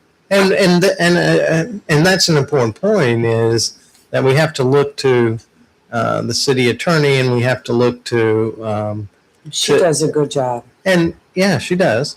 And then the school of government to help us focus on how we can minimize the city's exposure as we go through the process. Well, I have to say one thing, and you watched it. I sent you the link, but that last special meeting, I have never been so disappointed in some people. I was appalled at the behavior of some of the council people. I was so frustrated and stressed after watching it, thinking, we're better than this. And some of the accusations being thrown out and some of the name calling being thrown out, I was so mad. I watched it after the meet because I was traveling that night. I am so glad I was not at that meeting because it was just ridiculous. And I hope that, well, watching last night's meeting, everything seemed to be calm and everybody working together. But that last meeting, I'm going to tell you right now, as a citizen and a taxpayer of Jacksonville, I was appalled at the behavior of some of the people there. And, if I could vote for them, I would not after what I witnessed. Nope, no. Mm-mm. That's one of the points that they like. Yeah. They don't want us to vote for them or against them. Some people. Okay, let's go back to your days. You spent a long time in Jacksonville with a badge, right? That's right. You went to a lot of city council meetings, right? Right. Every one of them. Do you recall? I'm sure you would. Was there a council meeting that ended up having to call the police to come break up something because some member of the audience got out of hand? You know what? I think back a number of years ago there was some kind of disturbance there, but I don't remember. Wow. I don't remember exactly. It's I mean, I was the police chief for 21 years, Mm-hmm. and I think early on in the career there was some kind of disturbance that occurred, and we ended up arresting somebody. But that was back in 2006, 2007. 20 years ago. Okay, so we're better than this, folks. So there was a disturbance. Right. Person was asked, get out. Not an ask, let's get out. You're barred, but get out. And the police had to come and remove said person. Who said person got a little irritated with the police. Became confrontational, became physical. Yeah, it did. That's the only thing I was aware of. I don't know the particulars because that person was outside In the hallway. Mm-hmm. And I heard about the arrest later on, just like you did. Mm-hmm. But there are cameras out there too. Yeah, there are cameras out there. And I heard during the meeting, we heard the disturbance. I could hear it too on the. Yeah, there was a lot of yelling and stuff. Yes. So I don't know who was charged. I don't know what the charge was. I just I stayed in my seat. The mayor said everybody stay in their seats, and I stayed in my seat and waited until everything was resolved. Yeah, because I saw all of you. Yeah, I saw you jump up, the mayor jump up, and he said, "I've had enough of this." And I'm like, "What's going on?" And you could hear yelling, and I'm like, "Dang, I would imagine that you and the mayor, being a retired police officer, would at some point in time, like, I've had enough of this, kind of like the old days. Oh yeah, and y'all gonna stop this now. Yeah, I respect what the mayor's in charge of the meeting, and I respect what he asked me to do, and I stayed in my seat. Despite and I'm sure you're the same way. Yeah, you want to get up and you want to make sure that Everybody's safe. Right. Well, now that I've talked about all the negative stuff, let's talk some positive stuff. How's it looking for our multi-sports center? Yeah. What's the latest? So with the budget approval, we're going to continue to do some of the infrastructure work, and I think that I'm excited about it. Because I think it's a way, we'll gain $400,000 or $500,000 in tourism tax, for the TDA from this project, and we'll gain about $3 to $4 million in that tax revenue, plus in additional sales tax revenue, and that offsets the cost for you as the taxpayers. And I think once the center is built and once it's up and running, that we'll see some income from that would help offset some of the costs that were. Well, I heard rumors, strictly rumors. From the internet. I'm so excited, though. I didn't say they were from the internet, that we may be getting a Top Golf. Yeah, and I think that was part of the concept about Right. you know, part of that concept about the when we were talking about the like the not exactly Mayfair, but a Mayfair Right. type Right. that would encourage people, and having a Top Golf there might do that. Plus, the soccer fields, and when I was when my son and my daughter were young, I mean my son played soccer, played travel soccer, I can see that. and Yeah.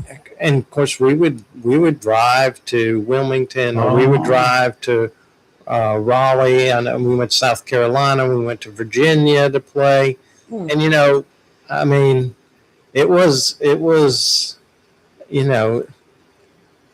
back then, 20 some years ago, or 20 some years ago, I mean, we would spend up to $1,000 on a weekend, when you talk about food, travel, hotel rooms, and then of course you have to pay for the soccer tournaments. Right. You were paying for that. Fees, yes. Yeah, and so I always thought, well, why aren't we doing that in Jacksonville and using some of that profit to offset your costs? I think that would be good. I think it's going to end up being a very good project. I think so And too.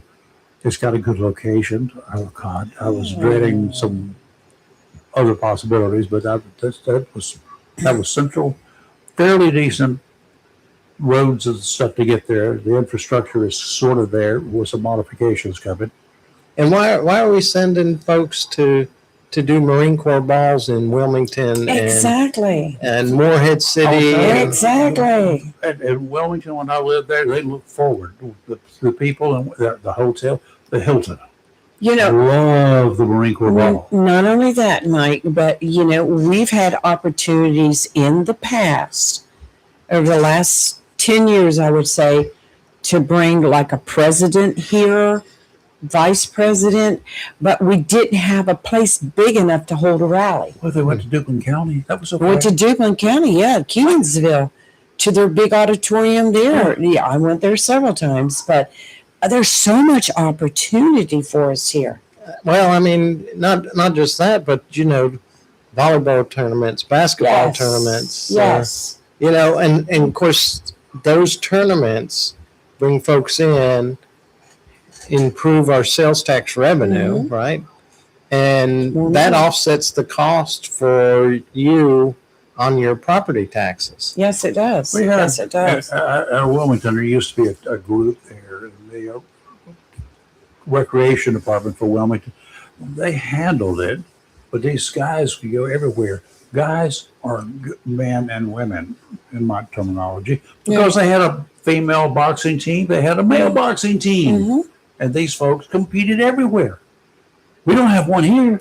No, we used to be able to go out and race when they had special events like that, but you can't go anymore. I saw Spinks out there. I saw there was a big old guy that he had a hand about like that. Well, the concept behind the center would be to be able to have indoor concerts. Sure. And yes, the one in Rocky Mount, I had to go up there for a league training that had to do with ethics training. And I got to walk around that place, and they have these bleachers and then chairs, and it's the size of a football field and a half inside the building, and they have regular concerts there. Wow. And that gives opportunities to have, and I was thinking of when Charlie Daniels came and did the concert at Opera House. No, on the base. Yeah. I mean, that could be here in that facility. Could. Yes. I remember when. I remember when he came here at Opera House. That was many years ago, back in the early 80s. That was when he was doing clubs a lot. And because I was security at that, and I was standing between the crowd and him, and He got crazy. I was on stage with him in Wilmington. I was on stage with Tammy Wynette. I was her personal bodyguard while she was here. So there. Well, good for you. Charlie didn't need a personal bodyguard. Johnny Paycheck. Oh, I have a ton of them. But anyway, getting back, somebody sent me a message, and I just checked the General Assembly calendar for today. Nothing. Guess what's on the calendar? Really? H1038. They brought it out. They're bringing it out. Tom, you were right. I double checked. Before it got too dusty. Yes. Excellent. Yes. 1038. Okay, let's do a real quick talk about the weather around the house here. You know, temperatures are going to be not quite as hot as they were over the weekend. That's good. A little bit of light breeze. We got some wind changing, northeasterly stuff, but it's going to seas will lay down after today. But they're not going to be. They may still be choppy because the wind's going to be from the northeast through midweek at least, and then it might turn out to be a little bit better. Now, from our fellow hams all around the area this morning, what are you doing? I don't know what's going Your on. headphones are going wild.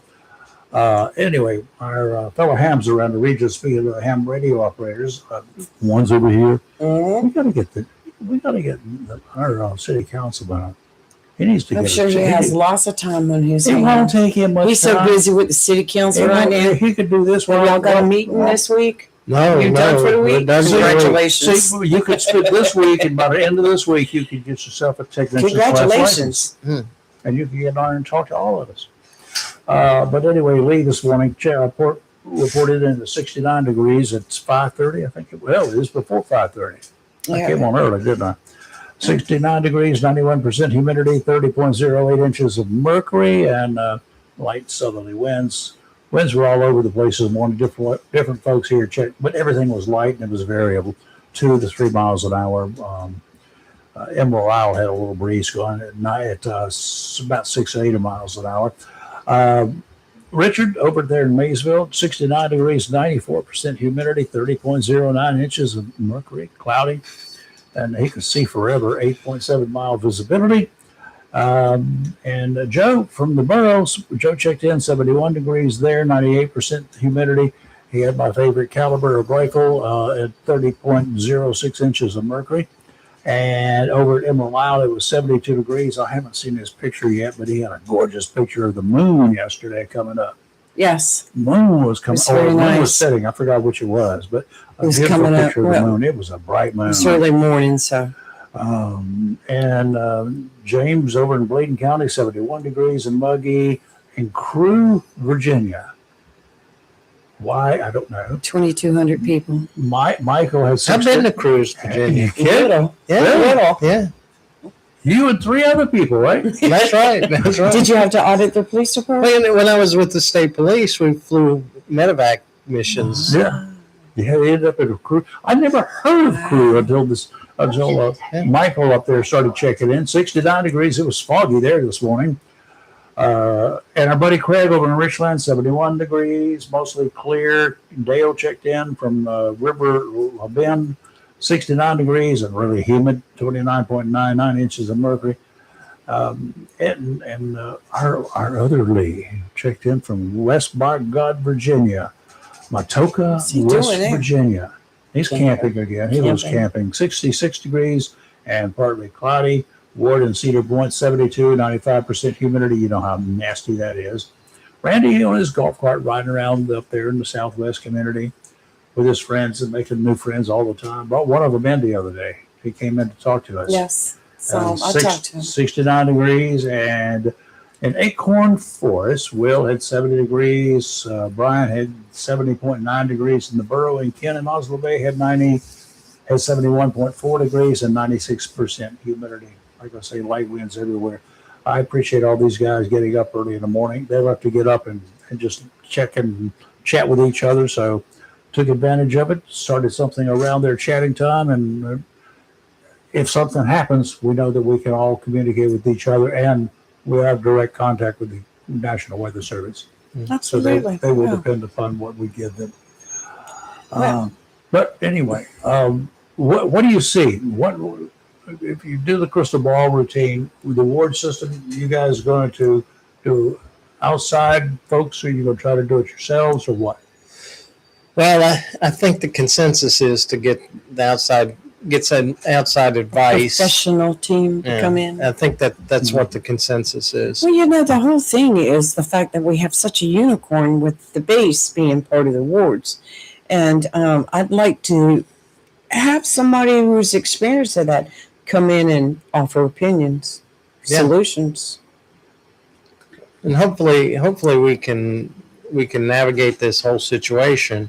Yes. It's a perfect storm. We had House Bill 1038, and then we Mhm. had the Supreme Court decision. Yeah. Right. And so, all that. so it made it very this whole issue is very complicated. It is very complicated, and I would like to see all council members come together on this.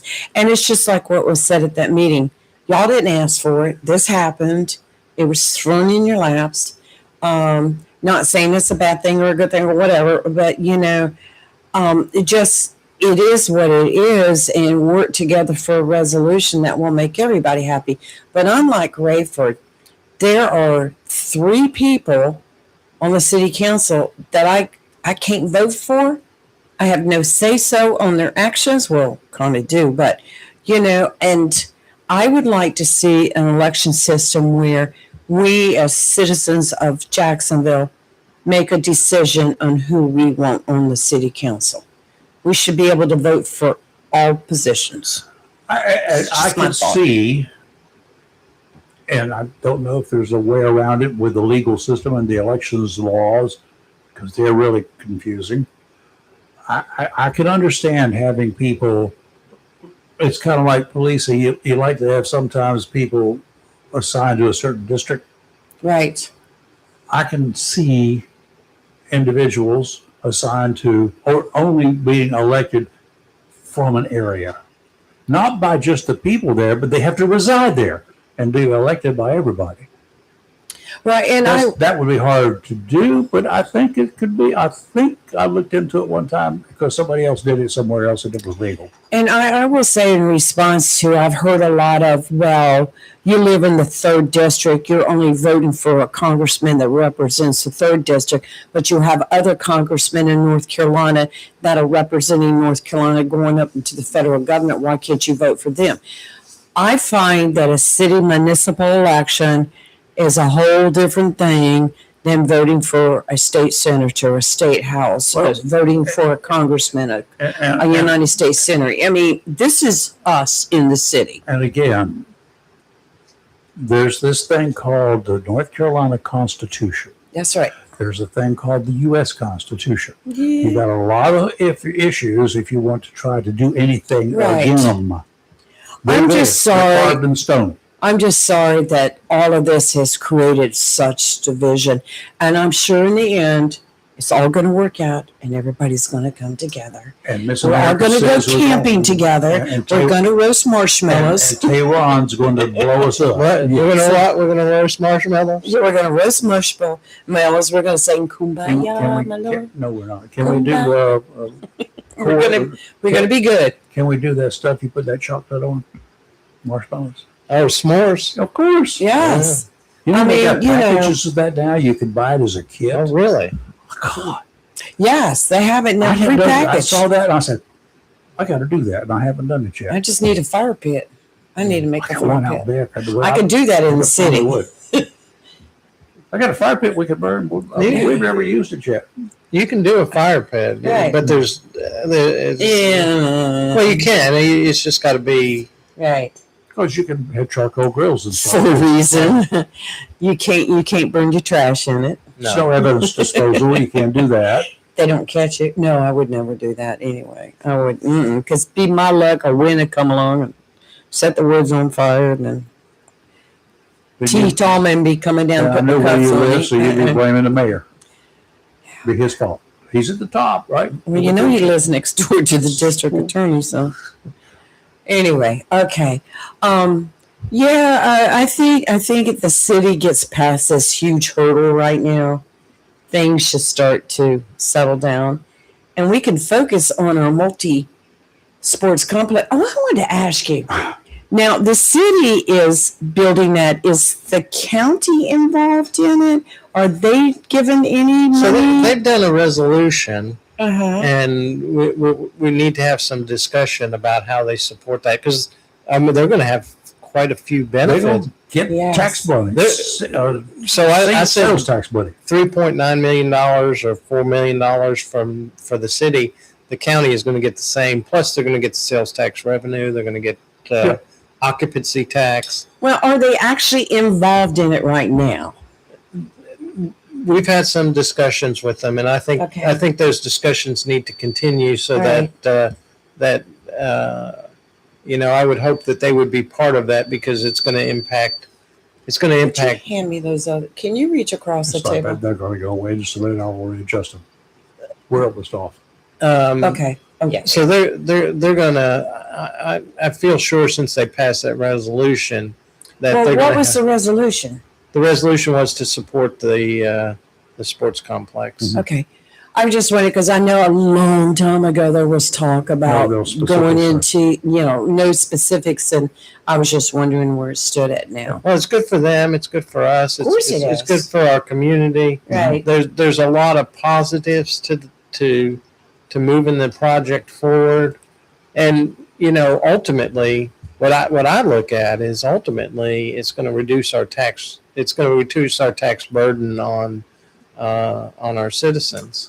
I'm all for that. I would think that we got a beach, we got houses there that are rented, right? I would think that for any major event, there are people out there who say, well, it's only 15, 18, 20 miles away. I could rent a house there. We got a bunch of people, not just us, but we could rent out one of those houses that can hold 5 couples or 5 families or whatever. Right. They got them there. And that would benefit the county. Sure. Benefit everybody. And then they come to Jacksonville, they do their thing, eat or do whatever.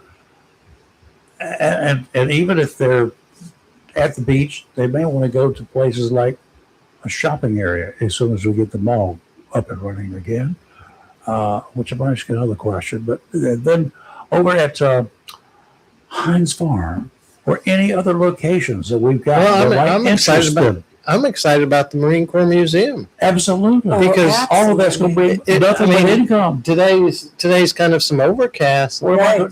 People at the beaches might say, well, what can we do? Let's go to the Marine Corps Museum, and I mean, if you haven't been there, I haven't yet, but I'm going. it's a beautiful. It is. It's I a got my beautiful- card. I finally got my membership What card. was interesting is, like in Wilmington, you know what they did when it rained? The best day, and they kept a record of it because I went over and I knew who they were, the people in charge of the Battleship? independent ball. You know when they made the most money? When summertime, when it was raining. Oh, The sure. folks came from the beaches. They were all there for the week. It's raining. We can't do it. Let's go to the mall. They had their best days when it rained. Oh, here's one last question. Well, Any- for you. Word yet on hiring? I know that Miss Ashley Weaver has been named interim police chief. Any other news on the selection process? Is the period for applications still open? When does it close? What are we hearing? What do we know? What do we know? Well, I mean, obviously, it's going to take some time. Right. It'll take some time to do a search. So, I mean, and that really, city council doesn't get involved with that. Very true. And And the- y'all brought that up last night, and I didn't even think about that. Yeah, You're so- absolutely right. So that's the manager The who city will- manager, who will right. make those kinds of decisions. Right. And that's the way the city manager council process goes. And, Right. and there's a lot of good things because ideally it takes the politics out of Sure. those kinds of decisions. Well, Absolutely. Good with, point. With the chief that came in, Chief Phelps, you said for 2 years. Do you recall if there was a lot of travel money or expenses paid to bring him here? I would think there would be. Mm-hmm. And typically when that happens, there is a contract where they have to pay it back, but I don't know.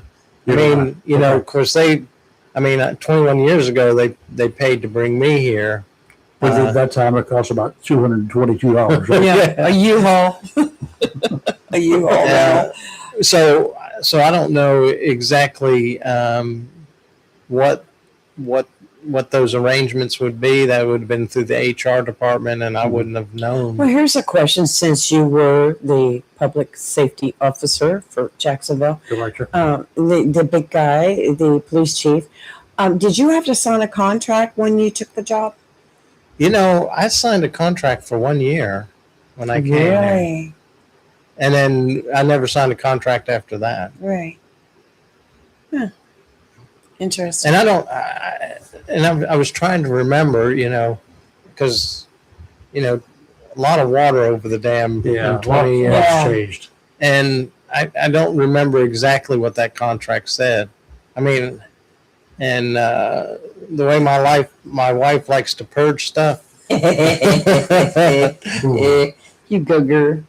Yeah, so 20, you know, she gave away my Boy Scout uniform, my leisure suit. Oh, no, your leisure suit. Oh, no. Oh, my That was a gosh. historical moment. That should be on That display at the leisure PD. suits. Downtown. Oh, God, that was I great. remember I had bought my husband lots of leisure suits when they first came out, one in every color. He was I do. And classy back have then. that. And she's been working on purging a lot of stuff. You know, That's I'm pretty trying cool. to do the same thing. she was thankful that you took my Buford Pusser stick. Oh, I'm going to tell you what. This is a wonderful thing to have here.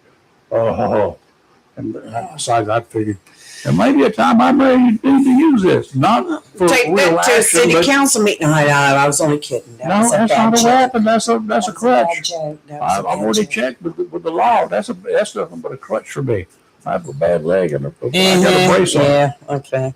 Well, I mean, I think it was appropriate that you have it since you actually I interviewed. interviewed Buford Pusser, Yes. and that Yeah. was like a man that I will describe to you I'm as gonna interview the Rock. he looked like he had been really cut bad a lot. Oh, He had scars Best on him wishes that were all visible, and he was not a little person.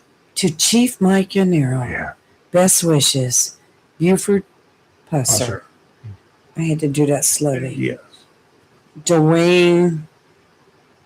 Dwayne. And then after I interviewed him, because I did not know much about him at the time, they just brought him into me to do an interview. So I'm playing it That back. was a great movie. And then I went to see the movie, and I said, "Oh God, can he bring him back? I got questions." his car used to be in Gatlinburg. I know Oh, You know, Gatlinburg. that car got mangled. yeah, the car. The car. I guess I don't know if it was the car that he was driving. When he was killed. Yeah, Yeah. I don't. But What? I He was used to killed? The real man was killed. in an That wasn't in the automobile. movie. No, well, he He was was still in the- alive at the time. I don't remember that. He died in an automobile accident. Yeah. After he Really? after he was sheriff. Oh no! But if you ever get a chance to listen to that Jimmy Buffett song, I got to do that one. I'm Yeah. still going to pull that one out. look at the interview that Jimmy Buffett has about his encounter with Buford Pusser. Oh man, I'm gonna check that out today. I'm writing that down. Buford Jimmy was Buffett. the movie did not portray him like he really looked and acted and talked. They cleaned everything up. Mm-hmm. As bad as that movie was for violence, they cleaned a lot of stuff up. Right. I would imagine he broke a few of these sticks, is all I can tell you. Well, the one The Rock carried in the movie was a 2x4. Yeah, well, that came off the stanchion from the trucks and stuff. That's That was a where good they movie started too with with The Rock. One final, you called it the old Putter's Palace. Yes. There's a building over there off of Ellis, well, whatever it's Boulevard, called Ellis now, Boulevard. across from the old Lowe's, which is now an A1 Builder Supply, or whatever it is down there. But it says Jacksonville Recreation Department or Recreation Department is vacant. There were no cars there, no lights are on. It looks like there probably will be. Do you know anything about that building? No, I don't know. Do you remember Putter's I- Palace? I pulled into the parking lot and Vaguely. to make a turn. Arcade, Uh, game, pool. I- It's where the kids used to all go to back in the 80s. yeah, I guess. Were you here then? No, I Okay. And neither was I. Yeah, it's right across the street from the old Lowe's, which is now, I don't builder know. supply. Yes, and then right next door to that is a bingo parlor, but it's across the street from that. He asked me, and I was going to ask you months ago, and I forgot. I'm sorry, but he was like, "What is this?" And I was, When I drove into the House. parking lot. God, has it been that long since I drove in there? yeah, it's only been about a month, I think. You're talking about where Regazzi's is? Back behind it, you turn down Ellis Boulevard. Yeah. Yes. I don't know. And if you turn I down don't think Ellis- I don't think that's a city building. Well, he said it. Jacksonville Indoor Recreation Center. It's got a Oh. couple of logos on it. Looks like the city's logo and Let me see. the PD's logo.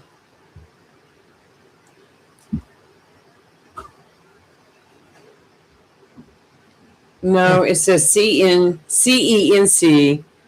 futsal and Jacksonville Indoor. No, it's not the city. It says Jacksonville Indoor Recreation. Yes, What's the logo out there on the but side? it's not the city logo. See, that's not Uh-huh. the city logo, is it? No, Yeah. And it's do a you- private Do you know one. anything about this private No. one? no, I don't know. Okay. Yeah, I you found know it what? on the stage It's just driving by. kind of misleading because It looks like a PD. it looks like a PD badge, and over there looks just like it could be a city logo. Mhm. Jacksonville, they're showing soccer. Oh, it's a soccer. Yeah. Indoor soccer. Yeah, it's the soccer ENC, SENC. Yes. It's a indoor soccer place. Yes. There we go. I'd never heard of it. And I guess our flags will be going up soon at the Osprey Park. We hope so. Yes. We hope so. Yay. Yeah, that whole thing got crazy. I got some concrete. You want to go over there and do one? They've already got, Doug. You know, in the middle of the night. It won't take long. They'll get a contractor. It's got to be before July 18th, though, I think they're trying to do it as quickly as they because the can. congressman's going to be here on July Yeah. 18th throughout the first pitch. I think We they're got to have the flags. working on Yes. trying to make it happen. I would tell you that Anthony Prince is on it. He is on it. He's a good guy. He is a good guy. In fact, I need to text him this week. Call him and tell him. I say that if he's on it, the buck stops with him. Yeah, he's on We'll it. be seeing you. He is on it. And He's a great guy. Dr. Gardner for the county board of schools, he's on it. Mm. So they're working together. They said they're going to be flags. So the whole thing just got crazed, but it's good. A lot of flags. Hopefully we'll get it done by the 18th. Yes, I hope so. I'll be out there Just holding keep up our a finger flag. crossed. Anthony, I'm gonna call him today anyway. I need to talk to him. But yeah, so we're gonna get Pat. Well, I'm gonna be watching 1038 today. See what happens, Councilman Yanero. And then what you all go do? I It's about 10:38, right? thought the bill had been shelved for. Well, it had been, Temporary, but somebody's I dragged just it out. looked and it's on the calendar for this afternoon. I'm like, what? I thought it was in the shoebox. Every day's exciting, right? Yeah, that's right. That's right. Maybe they didn't want anybody to know, but it's on the calendar. Sorry, I I'll let spoiled y'all it. know that Yeah. 6 months from today is New Year's Eve. Okay. Really, National Night Out coming up in October. Yeah. I'm so glad they moved it to October. Hope So I'm it gonna get a doesn't rain booth there again. too. I'm gonna get a booth. I've got a booth at 4th of July. Am I crazy? What are you It'll be 100 carrying degrees. on? Are you I know to tear up anything. I was just like trying. trying to peel the label off? Mm. You, Oh wait, that you didn't see, like it does NYPD? say police Yeah. department on it. NYPD. Oh, NY. They used to come down and I interviewed them when they come through and they brought me stuff like that. They came Got a ball down. cap. They came down along with with the New York Fire Department for that the base fireworks after Mm-hmm. 911 happened. You know, they came the next year. I sat with a bunch of them. They're nicest people, I sat with some firefighters and during Yeah. the Azalea Festival. and they were all redheaded, and they were all of the No. Irish descent. They The ones were at my table were. Well, that's because you requested them. Okay. Mike, thank I'm you. not We do denying appreciate you anything. coming Yeah. in.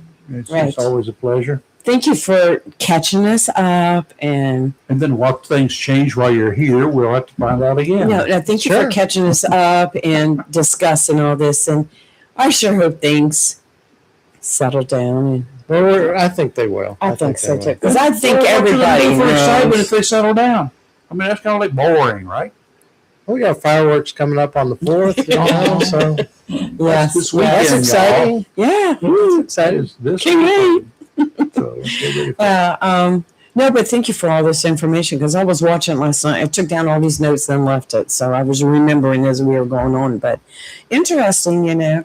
And I noticed with the comments too last night on the feed that a lot of people that make the comments that are extremely negative are people that do not understand how local government works. That's true. And so I saw a lot of that. But yeah, I was How many out of the city individuals are radicals that are on there? I don't know. I'd have to look them Okay, all sure. up, and I don't take the time to do that. Mm-mm. Do that and check their voter Okay. registration. Yes. Those who Yeah, don't vote well, don't have you anything know. to say. Well, a lot of people who live in the county, you know, what happens in the city affects them Oh, too. I understand that. So, But I'm talking, didn't say where they had to be registered, just to be Right. voting. right. Yeah, if they're voting. Right. All right. Got it. We're gone, We're going. Mr. Councilman. Thank you. Thank you so much. Well, as Thank you for always. having me. Oh, always, Oh, you're always always. welcome in here. We do appreciate it because we can get caught up. I I know. cannot keep up with everything. I know. Good God. I can't either. So there's a lot going on out here. We will see you guys tomorrow morning, bright and early. And so hang in there. Be It's careful. healthcare day. Please be nice. What's the hell? Oh yeah. Well, it's Dr. Rose, then Peter Rudd will be in. Did you so. did you see my stuff about ticks? They're going to do tick that kills No, people. we're not doing Within a ticks. God. Really? There's a tick that's been. Some people get bitten and they die the same day or the next day. This is the reason why my yard is not being kept up like it should. And I killed the second copperhead in my yard yesterday this year. Oh my gosh. And I didn't even see him. And he was coiled up asleep under lumber that trash that I was moving. And I stepped right over him. I didn't even see him. But I stepped over and I said, "What? That's a snake." I understand that they like wood piles They like do. that. They And do. they are I should have they can burned be it. very Yeah, dangerous. so next time I got a better reason. Could I get away with burning it just to say as for safety reasons? Are they Okay. protected species? No. Thank goodness. Copperheads. Well, you know, look, They didn't that shovel didn't. North Carolina Wildlife Didn't comes help out at with some all. crazy stuff. You can't keep up. See, I could kill him with a shovel and bury him at the same time. Y'all don't know nothing about it. I almost got a bear this morning. It was a dog, but he was as big as a bear crossing the road. I'm not kidding. He was big. Okay, look at me. Ugh. And just follow my finger for just a Say second. good night, Gracie. Good night, Gracie. You're live on Local Real Talk where we're awake just for a little while longer and not woke us. This looks like it's a beautiful morning to take a nap. All right, let's do it. All right, All right. Michael, Bye. thank you. You're welcome. Bye.